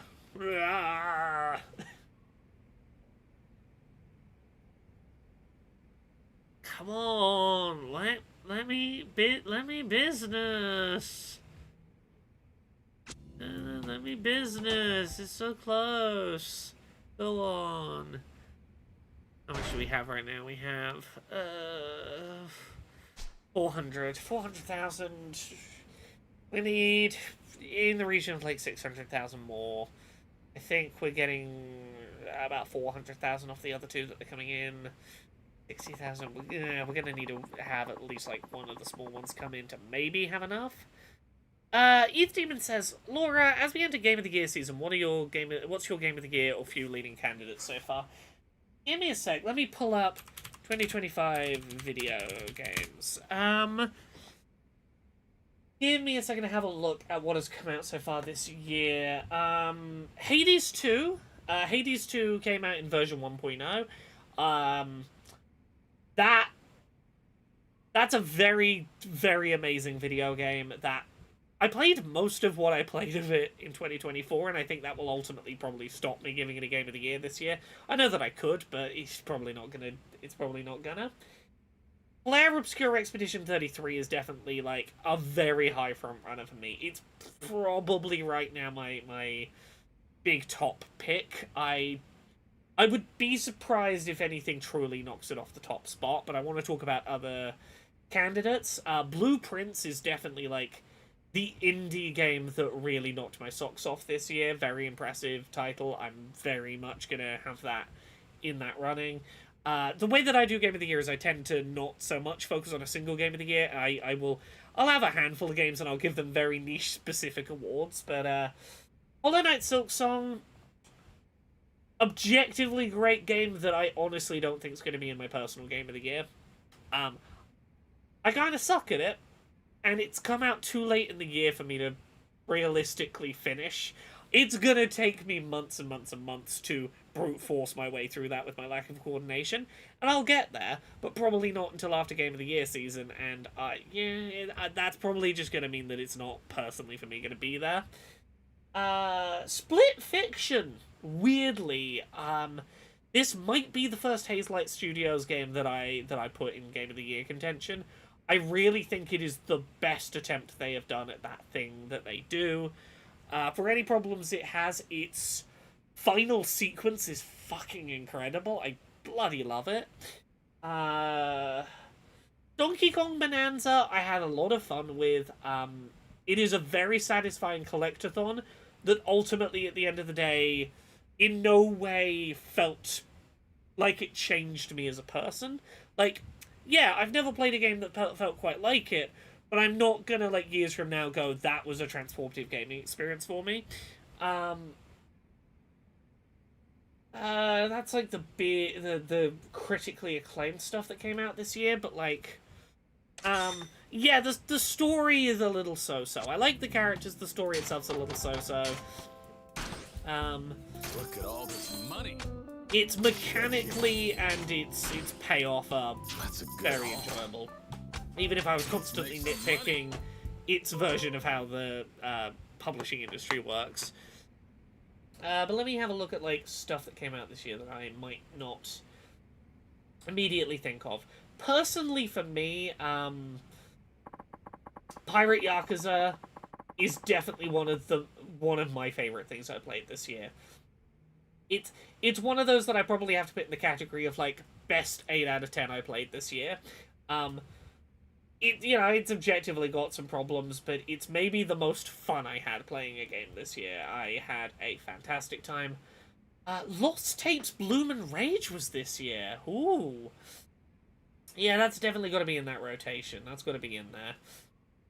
Abiotic Factor? Yeah, that came in 1.0 this year, so I suppose that could be on my list. Creepy Redneck Dinosaur Mansion 3, fucking incredible. Deep Rock Galactic Survivor, I finally got back to 1.0 now. I want to put more time into 1.0 before I, like, definitively put it in the running, but, like... Ooh, I really think it's gonna be there. I really think it's gonna be in that running. Heath Demon says Pirate Yakuza was fun, not Game of the Year. I mean, it depends what Game of the Year is for you. I don't know a time this year that I had as much, where I was as... I laughed as much, had as much fun with gameplay, was as... The ADHD was scratched as much with shit, like, jumping around with shit to do, emotionally moving. Pirate Yakuza is 1,000,000% exactly my Game of the Year material. Like, it is the kind of game that I can't get enough of. Like, I can't bloody get enough of that. Like, you know, I can see on paper why I shouldn't give it Game of the Year, but it's probably my favorite. It's probably one of my favorite games I played this year by quite a long. Yeah. Bloom and Rage wouldn't be my top thing this year. It definitely should be in the conversation of stuff I loved this year, but the way it ended, trying to tease a sequel before its first game had even finished, did kind of shoot it in the foot a little bit. Wonder Stop is bloody beautiful, and I have a lot of thoughts about that game that have really lingered with me, and I think that's definitely going to have to be in that short list of stuff I think about. I'm I'm scrolling through, scrolling through. There's too many video games to scroll through. It's going to take me a second. Bokura Planet was fascinating. God, that came out like a week before Clair Obscur Expedition 33. Bokura Planet was real special. It was a beautiful way to spend an afternoon. What else was on this year? Sure, I'm scrolling through the year. We're in May. To a T, I definitely wanna.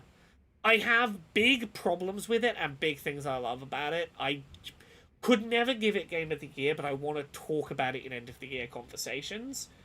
I want. Yeah, Spirit Swap was kind of disappointing, Jane. Yeah, it really didn't feel like it felt really underbaked. Mario Kart World, even the best Mario Kart, Mario Karts are never going to be Game of the Year material for me. It's a thing I enjoy playing that is never really going to change my life. Date everything. You know, I got little conflicts of interest there in that Steph wrote on it and whatnot, but like I did really love Date Everything a lot. I'm looking. I need to do the thing where I like actually pare this down properly, but I'm still. I want to long list this. Oh, Lego Voyages was beautiful. That's a real late in the year that snuck up out of nowhere game.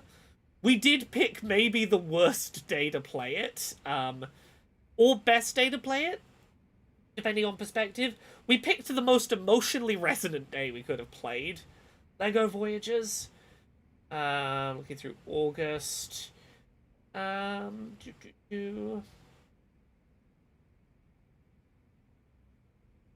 Trek Resurgence was so shit. I'm so upset that it was so bad. I really wish that had been good. I think that's it for stuff currently released this year that is in Game of the Year consideration for me, but I want to see what else is still coming this year that could still be Game of the Year for me that like is upcoming. What date are we on today? We're on the 6th. I need to put more time into Digimon Story Time Stranger to tell how I feel about it. Metroid Prime 4 is supposedly still this year. Pokemon Legends ZA still this year. Vampire the Masquerade Bloodlines 2. Now that they have taken those two classes out of being paid DLC, I did really enjoy what I played of it, and I am very excited to play more of it. Dispatch, I've got my eyes on. Telltale adventure-style game about a superhero who got injured too badly, and now he has to work as like a 999 operator, but for superheroes. That's still on my radar for this year as a thing that could be good. Hyrule Warriors Age of Imprisonment is still this year. I can't imagine it being top Game of the Year material, but I'm gonna have a great time with it. Kirby Air Rider's probably not going to be Game of the Year material for me personally, but I will enjoy it. Oh yeah, Metroid Prime 4 Beyond does have a date. It's December 4th, yeah. Okay. Good amount of stuff still coming this year. This has been a pretty good year for games, honestly. What was not great in Star Trek Resurgence? It's a Telltale-style Star Trek game. It looks like a PS1 game. Instead of walking around to, like, interact with things, it's a JPEG you highlight stuff on. It just feels really cheap. I could probably live with both of those, if not for the fact that me and Jane tried to sit down and play it together. We got 10 minutes in. It crashed. We rebooted. There's no manual saving, and no autosaves in the first 10 minutes. Since that session with Jane, I booted it up again and painstakingly watched through that first 10 minutes, because there's no skipping through dialogue, no skipping cutscenes. Watched that 10 minutes in real time again, got about 2 minutes further and it crashed again, and still no place to manually save, no autosave. Fuck it. It looks like a PS1 game, it looks really cheaply made, and it keeps crashing, and there's no ability to, like, mash back to where you're at. Anyway, we gotta collect business money. Look at all this money. Cha-ching. Look at all this money. Let's make some money. Look at all this Probably money. go. How many buildings do I have left to purchase? Cha-ching. Let me pull up my list. Did we buy? I think we bought number 1, Disco City Boy. Yes, I think it's just 2 and 3 left. So we need about 2 million. We have 1.3 million. 400,000. 1.7. Yeah, we might as well wait till we got the 2 million to just do the 2 million. Oh god, Ball X Pit is still this year. Ball Pit. Oh, Clover Pit. Clover Pit is also going to have to be in my thoughts. Eats Demon says the Yakuza games, for the matter, the Trails games, have the exact same issue. None of them are Game of the Year, but both franchises are in a league of their own for massive narrative epics between games. I would disagree. I believe I gave my Game of the Year last year, whatever year it was, to Like a Dragon Infinite Wealth. I gave Infinite Wealth my Game of the Year that year, I believe. You know, I'm probably not going to give Game of the Year to the Pirate spin-off in the year that Clair Obscure came out, but like the second big Hawaii, no, sorry, the second big RPG Yakuza, the first one to head to Hawaii, that was well and truly my Game of the Year for that year. It is the game that got me to make Jonathan Holmes sing the Sujimon rap. I take it all back. My Game of the Year is the Racoin demo. If Racoin comes out this year somehow... It won't. It'll be next year. If it somehow came out this year, it would be my Game of the Year. God, I still can't believe I got Jonathan to say yes to the Sujimon rap. I am... Pentiment is no longer on Steam. Is it not? I don't know. I never had it on Steam. How many views did that Sujimon rap end up getting out of curiosity? Where's it at? And it's... Okay, yeah, it got a good few thousand views.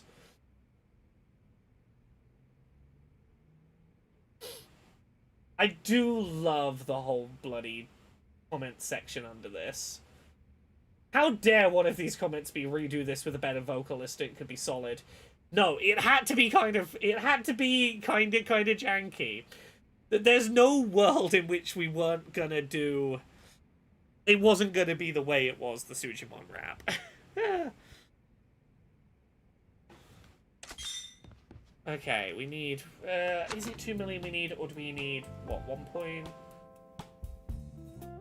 Yeah, it is basically 2 million we need. Look at all this money. 1.7. I should be sensible. I should focus on... I appreciate it.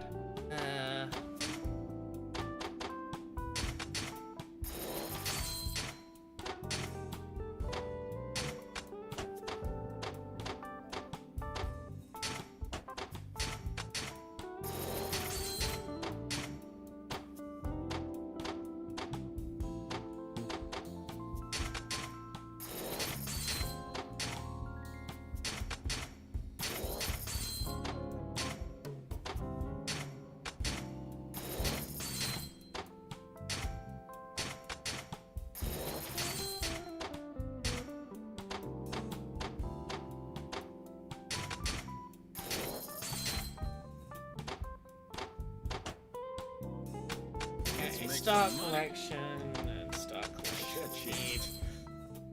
Okay, we need 350,000. We're gonna get one. We're gonna be a little shy with these next 3 coming in. We're still gonna be slightly shy of enough to buy the last 2. Yeah, so close, so close. Madeline says I still have high hopes for Witchbrick. I reckon it's gonna be good. everything I've seen about it seems like it's going to be good. It is a shame it had to get pushed back because of Silksong. Does it have a date? Does Witchbrook have a date currently, a release date? Rule Spider says, Star Trek outside of WinTrek back in Windows 3.1 really can't catch a break when it comes to games getting adaptations. I'm really excited for, what is this? Give me a second to find. The Star Trek Voyager Across the Unknown, which is a story-driven survival game where you play through Star Trek Voyager, but you can make choices that branch off of what the original show narrative was. The way it was pitched to me was it's Star Trek Voyager, but you can choose to let Tuvix survive and stay Tuvix. And I'm like, 1,000,000,000% I'm in. Yeah, zero plot armor. They will, punish you for the choices you make, but, like, you can make them.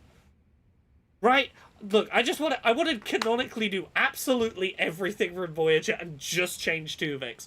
Just to prove that it wouldn't fuck up Voyager. Yeah, I don't know if it has a date. Do we have a date? Voyager game Across the Unknown release. Does it have a date? No, not AI. Late 2025 or early 2026.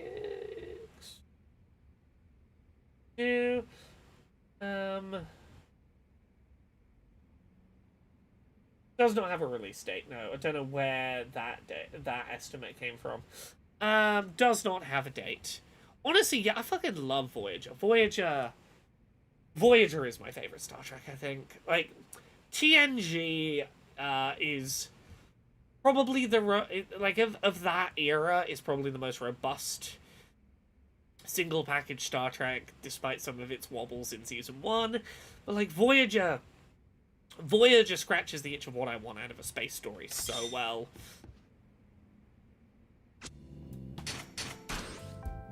Look at all this. Let's make some money. Look at all this money. Cha-ching. Okay. Was so close. Next time I see my mum, I will suggest we watch the Tuvix episode because I want to see how I feel about it with all my current views. Yeah. I'm not a TNG fan, which is a deeply unpopular opinion for a Trekkie. I get it. TNG sets a lot of groundwork for what Star Trek is, and it gets rid of a lot of the worst aspects of the original series and, like, builds Star Trek into, like, a actually cohesive genre definer that you can build a franchise off of. Got a lot of ropey episodes. It's got a lot of episodes that don't hold up to scrutiny. The season 1 in particular has some real original series energy that it didn't quite get to shake off.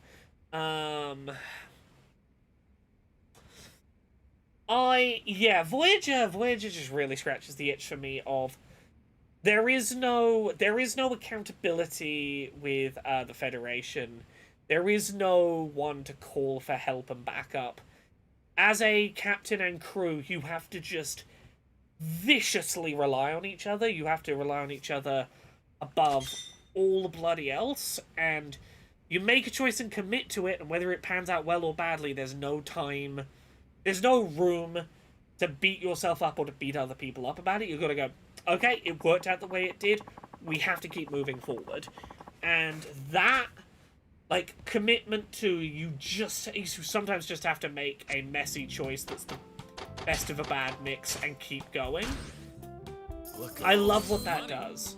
Let's make some money.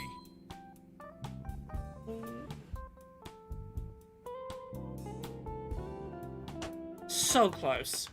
Yeah, a big portion of the crew are former insurgents. But yeah, for all that I absolutely fucking hate what Janeway did in the Tuvix episode, and think that it is the biggest ethical mistake she made, or the biggest ethical misstep she made as a captain, the thing I most disagree with her as a captain, that doesn't make me dislike the episode. It's why I love that episode. I love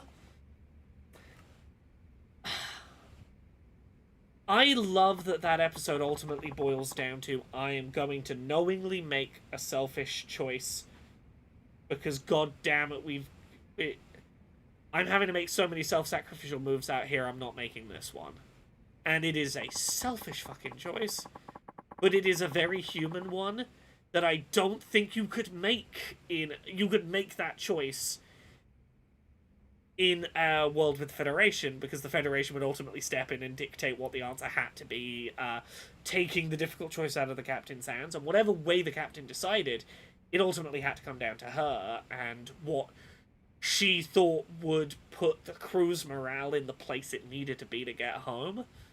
And I, can't say whether it was right or wrong in those regards, but, like, god damn, I respect a show allowing its main character to make such a divisive choice.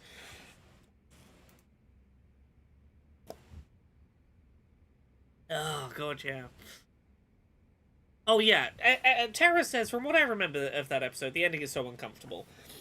For anyone who doesn't know this episode of Star Trek Voyager that we're talking about, the short version, two people are meant to get teleported from a planet up to the ship with, like, a flower in their possession, and that flower does some weird stuff to the teleporter, and the two people come out the teleporter one new person, who has a different personality, who is not just, like, those two people, but is, like, a new person. And short version, that new person is like, I prefer being this to what I was before. I think that a lot of my flaws are not here anymore, and that I have benefits I didn't have before, and I like being me. And the crew are like, yeah, but I miss my friends who were two separate people who weren't you. And the captain ultimately makes the really selfish decision to go, or in my opinion, very selfish decision, to go, okay, I will against your will separate you back into being two people. I will stop this new combination person from existing because me and my crew miss the two people who were here before. Like, the metaphor is basically like, these two parents died in childbirth creating this child. I found a way to murder the child and get the parents back. I miss the parents, so I'll kill the child and get the parents back. Like, that's how it feels to me, it's the, if, that one person's organs can save two lives, well, we'll just kill them, take their organs, and give them to those two people. What? That's not ethical to do? But the bit that really makes it work is that the doctor of the ship is the only fucking one to put up a fight. Like, the whole end of this episode is, like, this new combination person begging for their right to not be unmade, to not be unexisted, to not essentially be murdered, while everyone just kind of looks at their shoes, not wanting to think about it, because they're like, I'm not gonna fight for your right to survive. I miss the two people that will come back if you're gone. But, like, I don't want to acknowledge I'm making that selfish choice. Like, the whole end is everyone just not even fucking making eye contact as Tuvix is being dragged off, because they know it's wrong, what is happening, but they want the thing that they know is wrong. And, like, the Doctor is the only fucking one that stands up for it. Is, like, he is ordered to be the one to separate Tuvix, and just goes, I refuse to do that. My first order is to do no harm. And the Doctor, forces, if you're going to do this, Captain, it has to be by your hand. This is a medical procedure. I will not be the one to do this harmful thing. It's such an unflinchingly stark look at, like, not one person will stand up. Like, well, no, okay. One person will stand up for this new being's right to exist, and it's the hologram Doctor, who is grappling at the time with, am I sentient? Am I alive? Am I a life form of my own? The Doctor who is going, by all standard metrics, my life is not important. I am not considered a person, but I think I deserve to live and be considered a person, is the only one to step up for the rights of this new being. And Terra says, when Tuvok and Neelix come back, they don't say a word. They know what happened to bring them back, and they just walk off afterwards. Yeah, it's... Everyone knows the terrible thing they have done. And, the only person who steps in to say anything is the other person who knows what it's like to go, surely I am a unique life form that has a right to be considered sentient and important and existent as well. Oh, the actor who plays Tuvix was superb in that episode. Absolutely superb. Anyway, we've probably got enough money now to... yeah. Look at all this money. Shit. Look at all this money. Let's make some money. Look at all this money. Shit. Look at all this money. Let's make some money. That's a good haul. Oh, money battle. You're on. Let's invest. Economics. Let's invest. Clean win. Hooray, I gained 1% there.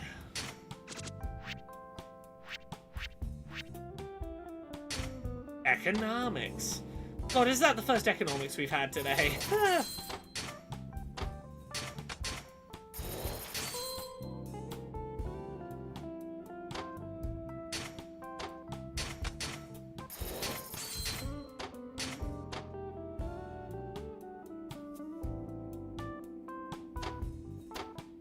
Shame on the rights holders of Star Trek for cancelling Star Trek Prodigy. It was a cool animated incarnation of Star Trek. Yes, it's also the only incarnation of Star Trek to bring back Tuvix, funnily enough. Tuvix gets to be captain of a starship in a parallel universe in Prodigy. Rachology says, I'd feel more conflicted if Tuvix wasn't declaring their unique individuality and saying that they could talk on behalf of two people no longer there. Like, it's difficult if a person is nothing more than their memories and you have the memories of being both those people. But also I would say, even if in that regard Tuvix is being and I think you're right, Tuvix is being a little bit of a fucking dick playing both sides and trying to have it both ways. My fundamental reason for thinking that Tuvix should get to exist is nothing to do with any of Tuvix's arguments.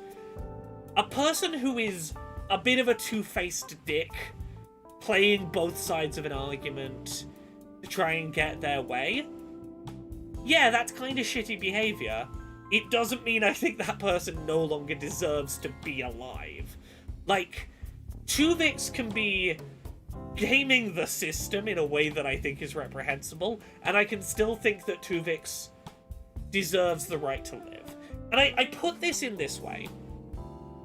To me, to suggest that that's a reason that Tuvix shouldn't get to keep existing feels to me like when people say, oh, that trans person committed a crime or is a terrible right-wing trans person, I'm not going to respect their pronouns because, like, they haven't earned that anymore. It's like, no, if you think something's a right, it's a right no matter how the person behaves with that right. And if I think that Tuvix fundamentally, as a life form who exists right now, has a right to not have their existence ceased for the benefit of others. Like, it's the, there was a great episode, if I forget which medical show it was, where there's a child who's basically been raised to be an organ farm for their sister, who at, like, 14 is like, I want to get a lawyer's help to say that my body is mine and will not, my parents cannot force me into giving more of my organs to my sibling. It's the, just because it's the right thing to do, you could argue it's the right thing to do, people are allowed to make selfish choices about their own body. That is a right they have. And I would argue it's pretty understandable that a person who might be about to be unmade, like unexisted, yeah, might fucking grasp at straws a little bit with some slightly shitty justifications for that, because it's fucking scary, the possibility that they might not exist tomorrow. I can't blame them for trying to both sides of the argument. I can't say I wouldn't if the possibility was I would just be killed if I didn't win people over, you know? Don't tell Janeway a version of Tuvix lives. She'll feel she has to correct the timeline. To my memory, I think she's aware of it and lets it be. I might be wrong. But yeah, there is a version of Tuvix that, lives on in a parallel universe as captain of the Voyager, and it's kind of cool. Rachel literally says, I don't even think they're being a dick. I just think they haven't actually thought the situation fully through. It's a great episode because everyone is running on emotion while veiling it in moral argument. Agreed, but again, I think... Here's the thing. I think Tuvix, who is maybe a day from being deleted from existence, has more justification for not thinking it through and scrambling for justifications, because they have been put in that position by the crew of the Voyager going, we would like to delete you to get them back. Like, the Voyager crew had all the time in the world to think through the ramifications of what they were suggesting before going, we are going to vocalize this. Tuvix is largely caught off guard and has to fucking scramble for emotional calls to reason to not die. Like, the other people running on emotions were the people that instigated we're deciding this. They had all the time in the world to make that decision, but once they got the ball rolling, Tuvix had to go, fuck it, I gotta argue for my life. Yeah, Tuvix, let's be respectable on the debate of whether you should live. Right? The person who might be... I mean, Tuvix is the only one of that species to exist. Tuvix is about to be genocided, essentially. You know, I don't think it's necessarily on Tuvix to be rational in that I don't want to die in that moment, you know? Right, let's go buy these final two buildings before I get too much more on my high horse about Tuvix. I agree. No one comes out of that episode looking good other than the Doctor. I genuinely think the Doctor is the only person who comes out of that episode looking good. The only person who truly had a very clear and not emotionally driven moral stance. Objectively, this would do harm to Tuvix. My job as a Doctor is to do no harm. I will not do this. It harms Tuvix. Like, I think that is as close to a objective decision as anyone makes in that episode. I think my... Kavelstrom says, I think my view was ultimately that if losing Tuvok is the price I have to pay to get rid of that prick Neelix, so be it.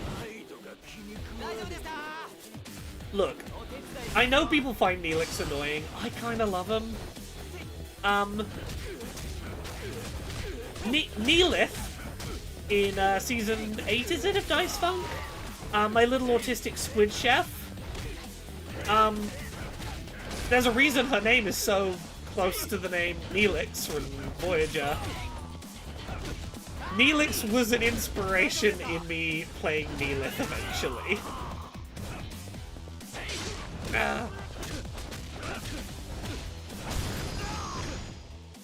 Neelix is just a well-meaning autistic nerd, and I say this knowing that there are some points where he's a bit of a boundary overstepping creep. Like, don't get me wrong, I am aware. I erase some of those parts from my memory when I'm talking about the show. There's a lot of that show I love him. The chef that can't read social cues? What? Right? I created an autistic chef in a fantasy setting, and it was based on another one of those. Who could have thunk? Whoa. Okay, yes, this is the last building I need to purchase. Tuvix being unmerged, although infuriating as heck, kudos to the showrunners being willing to paint a huge swath of the main characters this badly for the sake of a story like that. It takes courage, especially in TV writing, to cover your hero's hands in dark red blood like this. That's the point. That's the thing.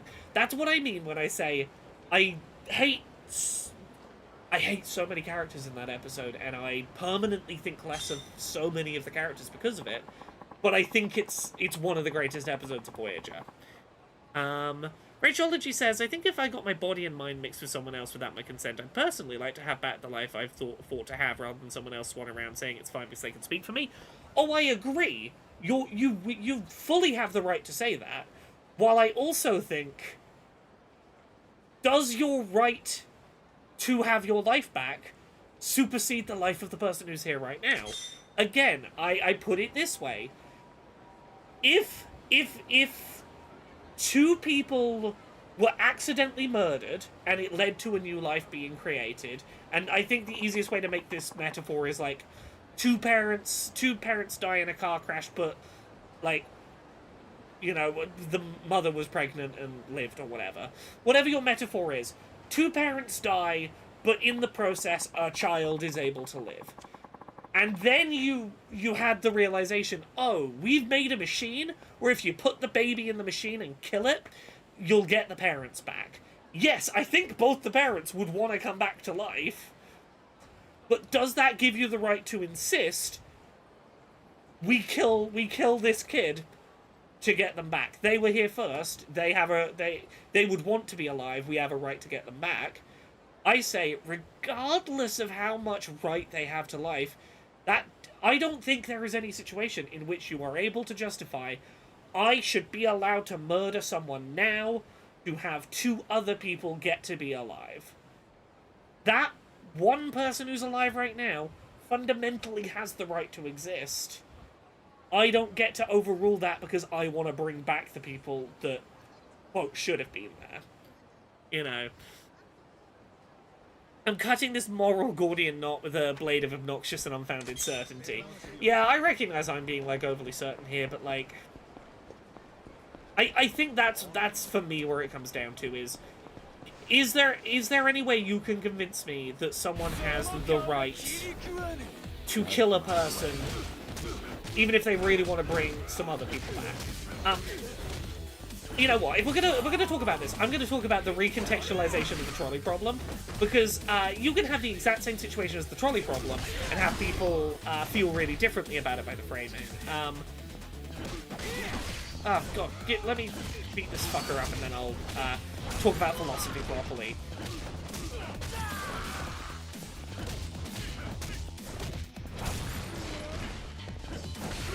Ah, fuck. Die already! So, here's a fascinating bit of psychology. Let's say we present the trolley problem. There are five people on the track. You know, if the trolley just keeps going, it'll kill 5 people. You can pull the lever. It'll only kill 1 person. A lot of, you know, not universally, but a lot of people will in that situation go, I pull the lever to maximize saving the maximum number of lives possible. I am willing to actively choose for that person to die if it saves these 5 people over here. And again, it's not universal, you can argue it, but let's say, for argument's sake, a pretty solid percentage of people do think it is worth pulling the lever in that version of the trolley problem. However, statisticians have found that if you frame it differently, people feel really differently about it. Let's say there are 5 people in urgent need of organs and they are going to die, and if they can have organ transplants from a healthy donor, they will guarantee live the rest of a long, healthy life. There is one healthy person who does not want to die, who has all the organs that are, like, correctly compatible to make those 5 donations. Would you think it moral to murder that person, take their organs out of their corpse, and give them to those 5 people?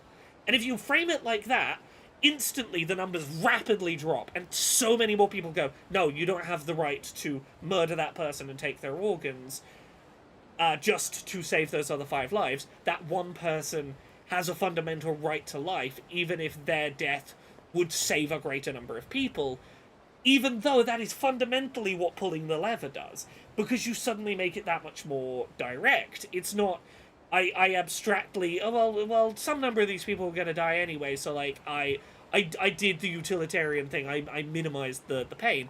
As soon as it becomes, no, murder that person to save those 5 lives, People see it differently. And I think, again, this is part of the Tuvix thing, is a lot of people are looking at it the way they would look at the trolley problem. I'm pulling the lever to kill one person but save two, where I'm seeing it as the organ donation situation. It's, I don't have the right to murder that person, even if their death would save those two lives.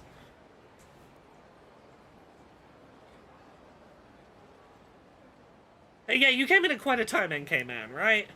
Rachology says, kudos to the writers for coming up with an actual Kobayashi Maru that the captain didn't cheat their way out of, and have it be emotionally moving dialogue rather than pew-pew lasers. Yeah, that's the thing. The fact that they don't have, like, a cheat code way to get around this, and that Janeway has to go on with this. Every time she sees either of those characters going forward, she has to know the thing that is morally wrong that she did to get them back, and that she has to live with that choice. They don't undo that choice from her. Yeah, it's a Star Trek thing. Hand me a scalpel, I'll fish those organs out myself. That is the best way I can get to it, is a lot of people view it as the trolley problem, I view it as the forced organ donation problem. And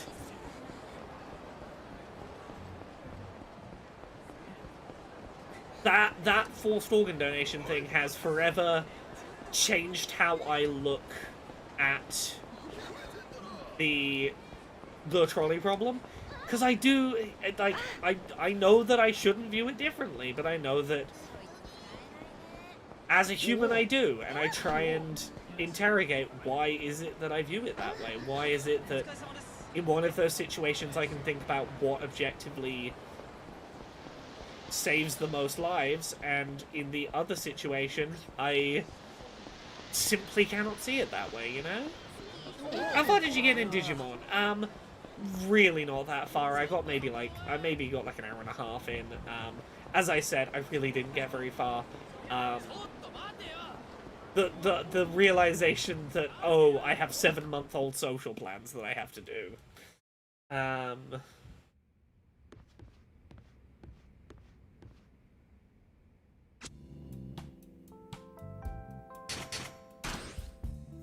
at all this money. Let's make some money. Okay, let's invest in these businesses. And then, what time is it? Let's make some money. I don't think we start the pocket cars tonight. But I think that's going to be Wednesday streamers. We're going to do pocket racing, and then we'll go find out who owns the vacant lot.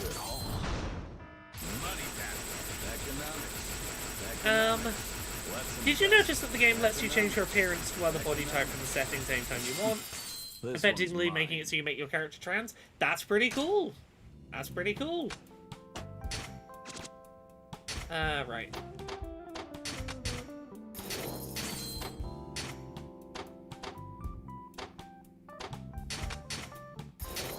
Let's make some investments.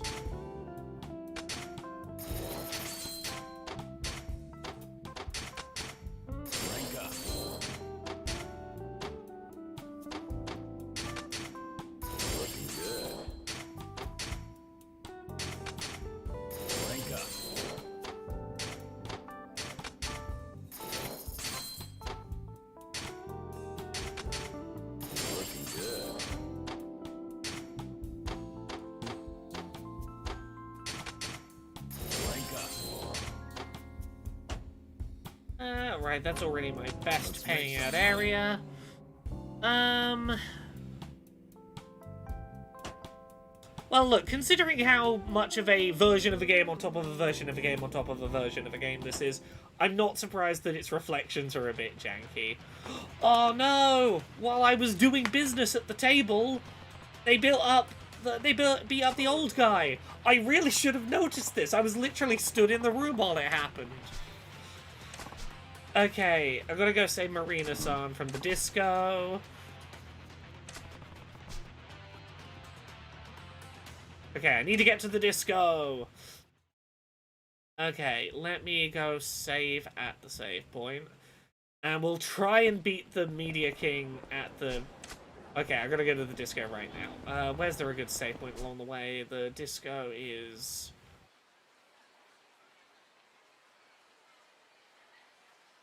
Okay, yeah, I know where I'll save. But yes, point being, I will make the opposite decision with with Tuvix in that bit of the Voyager video game. I was busy shouting economics. How could I have noticed what happened? You're right. But yes, I've been thinking a lot about the moral decisions made in particularly tricky morality choice episodes of Star Trek recently, which definitely has nothing to do with me being part of Star Trek LARP at Bridge Command these last few months and trying to learn everything I can from different Star Trek captains and work out, trying to find a consistent and reliable moral framework that I wish to follow as a spaceship captain while doing basically spaceship LARP. I gotta learn everything I can from these fictional captains to make sure that I don't make bad decisions when I am pretend captain in space.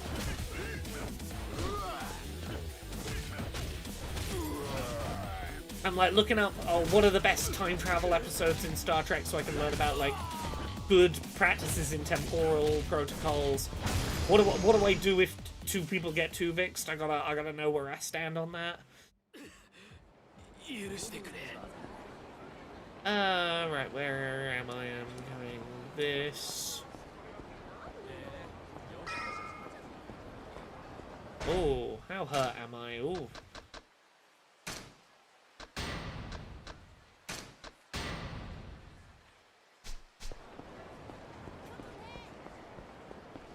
This goes along here, or did I already run past it?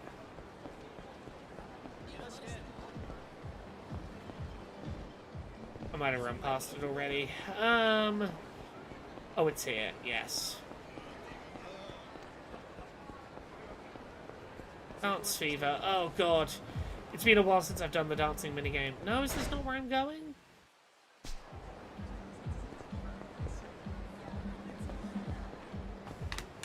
Where do I go? Give me a second.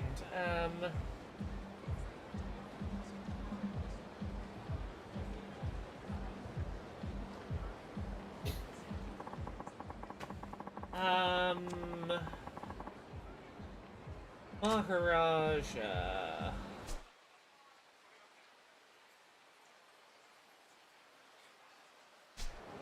Oh, different disco club. I see. There's a full-length Captain Janeway in-universe autobiography read by the actor that kept needing to listen to that has her canonical final take on the incident. Ooh, do you know what this is called? I would love to listen to this. Doc Hop would make the choice that she feels would make the biggest mark on the small folk around her, regardless of morality. How's about this? Here's a little dice funk info for you. I know how Doc Hop's story is going to end in this season of Dice Funk.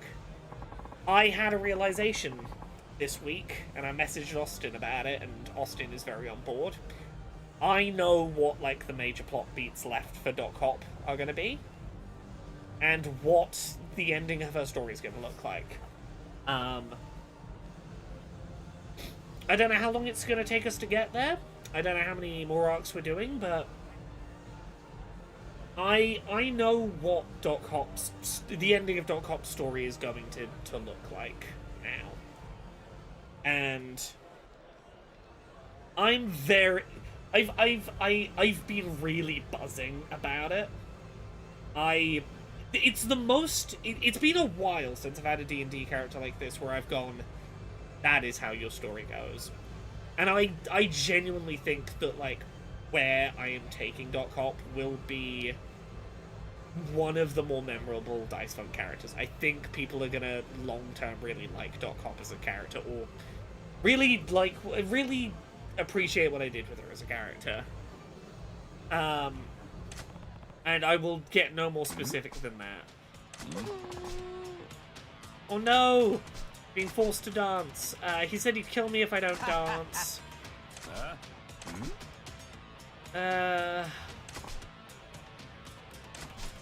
Okay.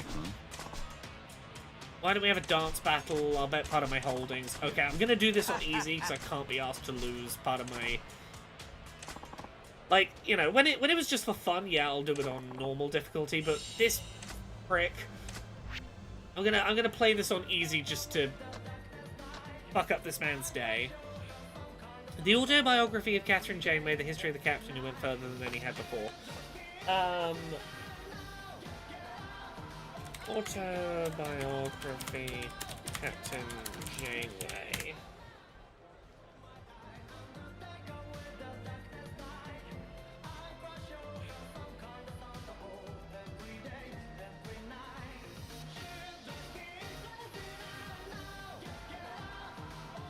Oh, there's a 50-minute preview up on YouTube.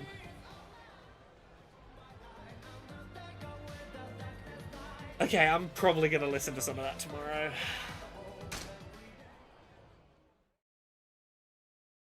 I'll show you a real dance.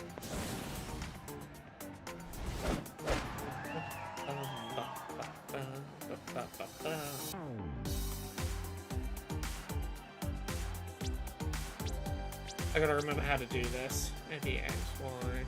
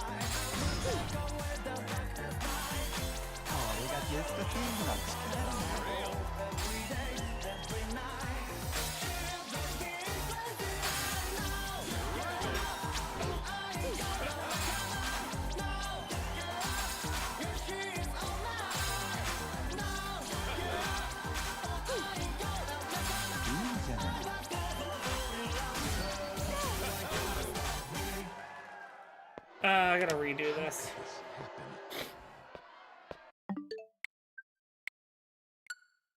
I can beat this. I know what I'm doing now.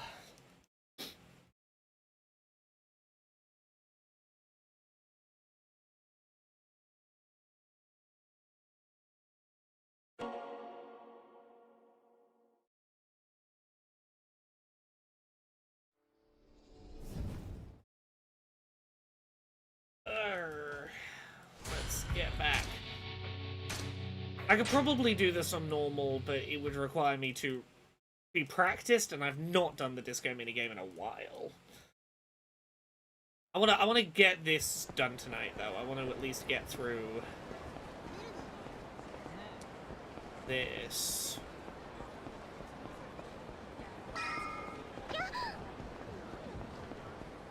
Oh, it already ran past it. Is it back this way?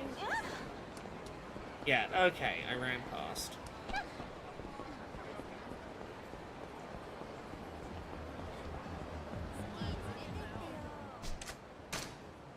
In we go.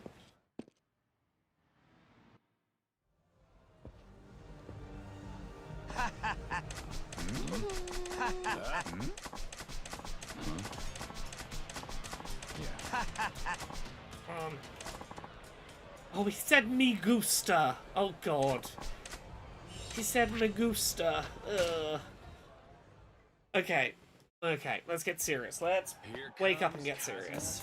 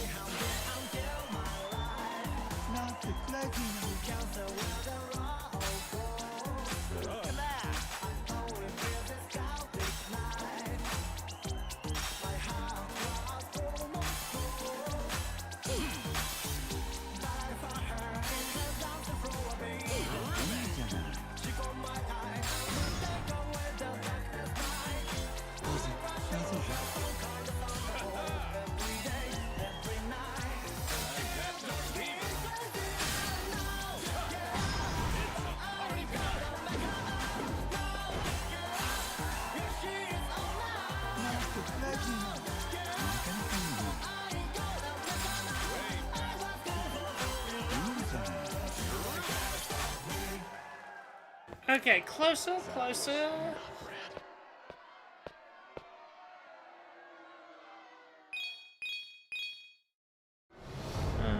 Okay, I had a better max combo, but I needed to take way more steps. Okay, okay, I know what I'm doing. I've got the basic rhythm. I just need to work out where I can sneak those extra steps in. If nothing else, just like go one past and back. God, I'm so out of practice on this.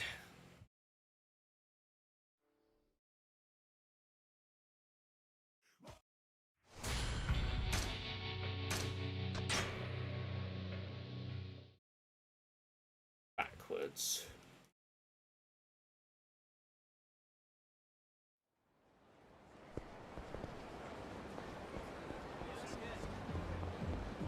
I'm literally on the corner for it. Come on, let me just skip.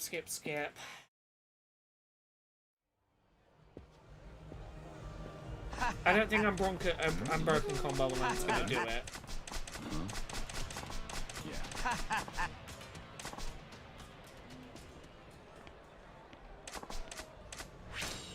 Oh, okay, we're doing it on normal, I guess. Oh, fuck. Check out these moves. Well, we'll try it. We'll see if this goes any better.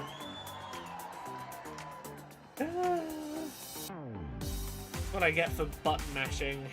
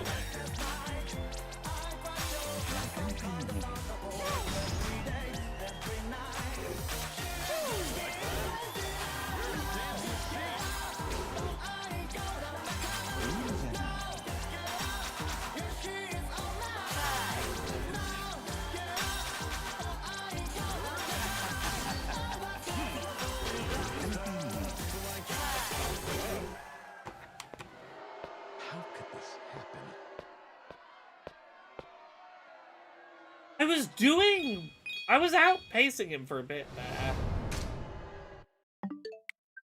Come on, let's do it.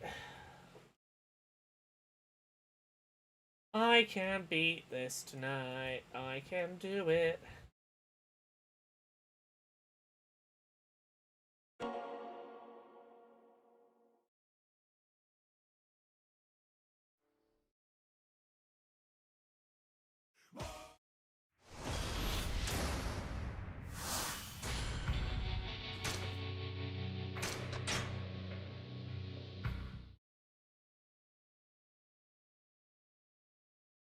Ooh.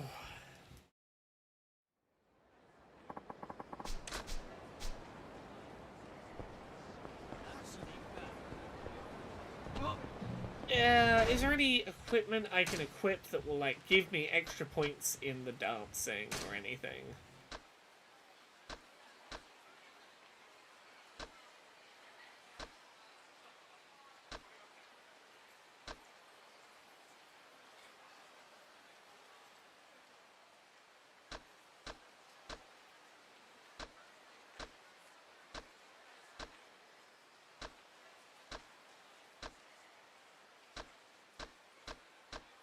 No, if anything was going to do it, it would be the fan, and Majima has the fan.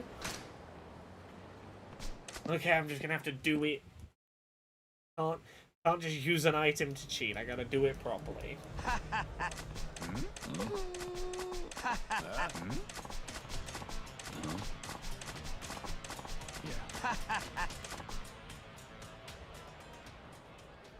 Mr. Kiryu, me gusta. I think I'm getting a man crush.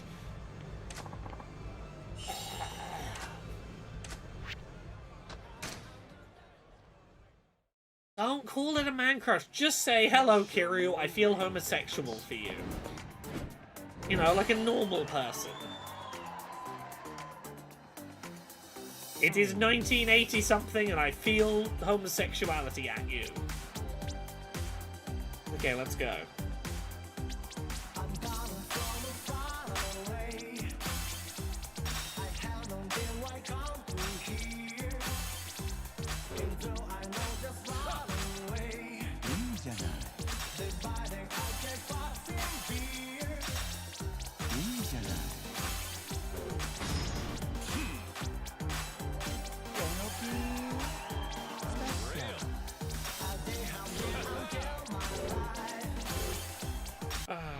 I can't even restart.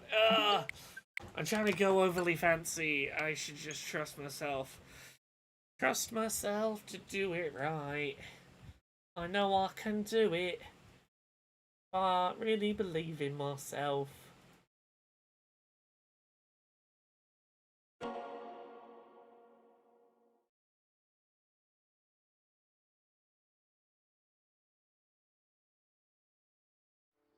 All of my crew for Bridge Command are currently chatting about how, oh, only one more day until space adventures.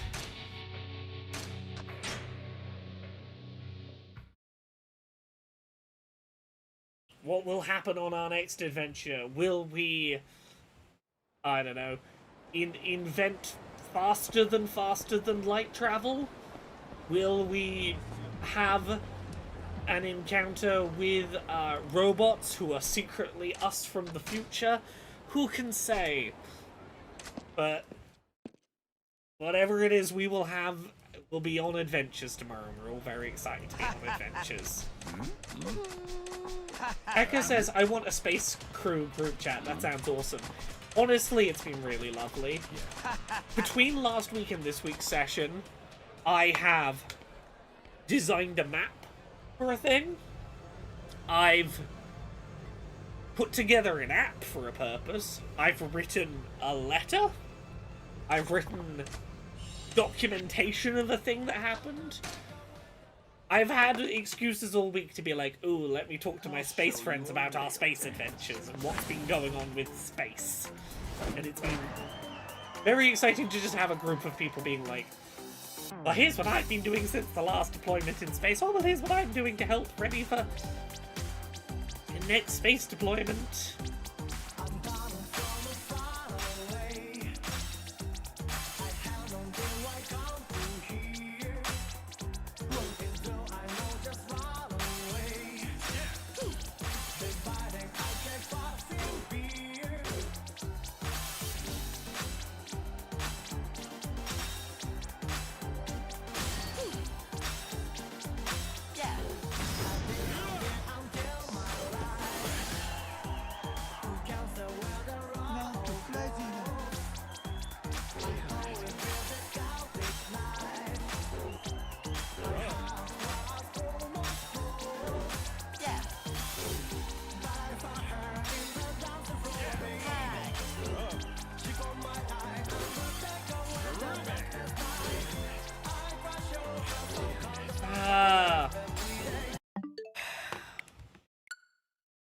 Come on, last try.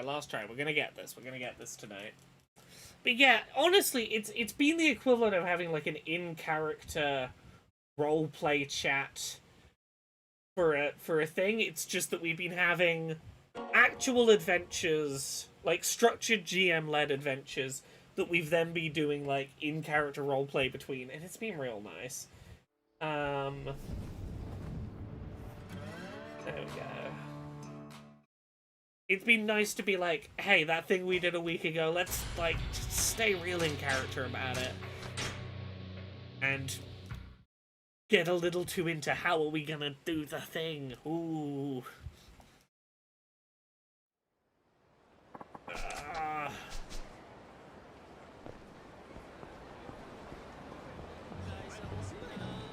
Come on, I gotta do this by midnight. That's my finish stream time. It's not that hard. 15 euros 40 for that Janeway autobiography book in audiobook form seems reasonable. Yeah. I will probably be listening to some of that tomorrow morning while I'm working, and then I will probably end up picking it up and listen to it on my way to go do Space Adventures. Yeah.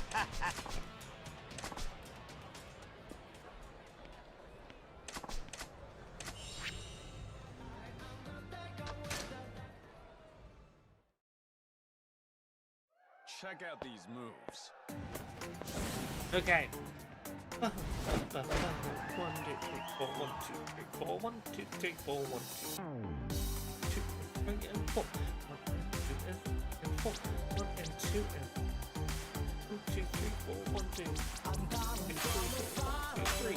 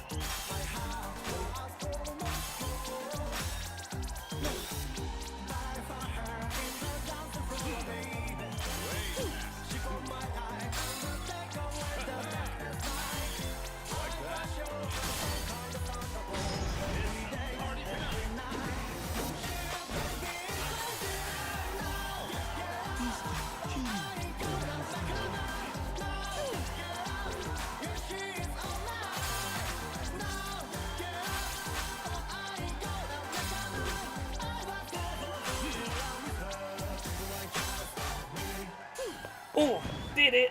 Just before midnight. Just before midnight.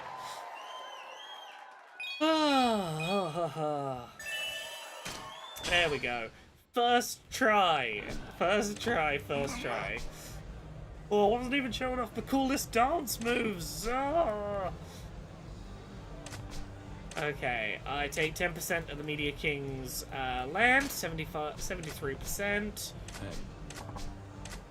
Cool, nice. Which means we got 17% still to take, which should be pretty easy. So what we will probably do is we'll go collect cash from the business place now and level up a bit.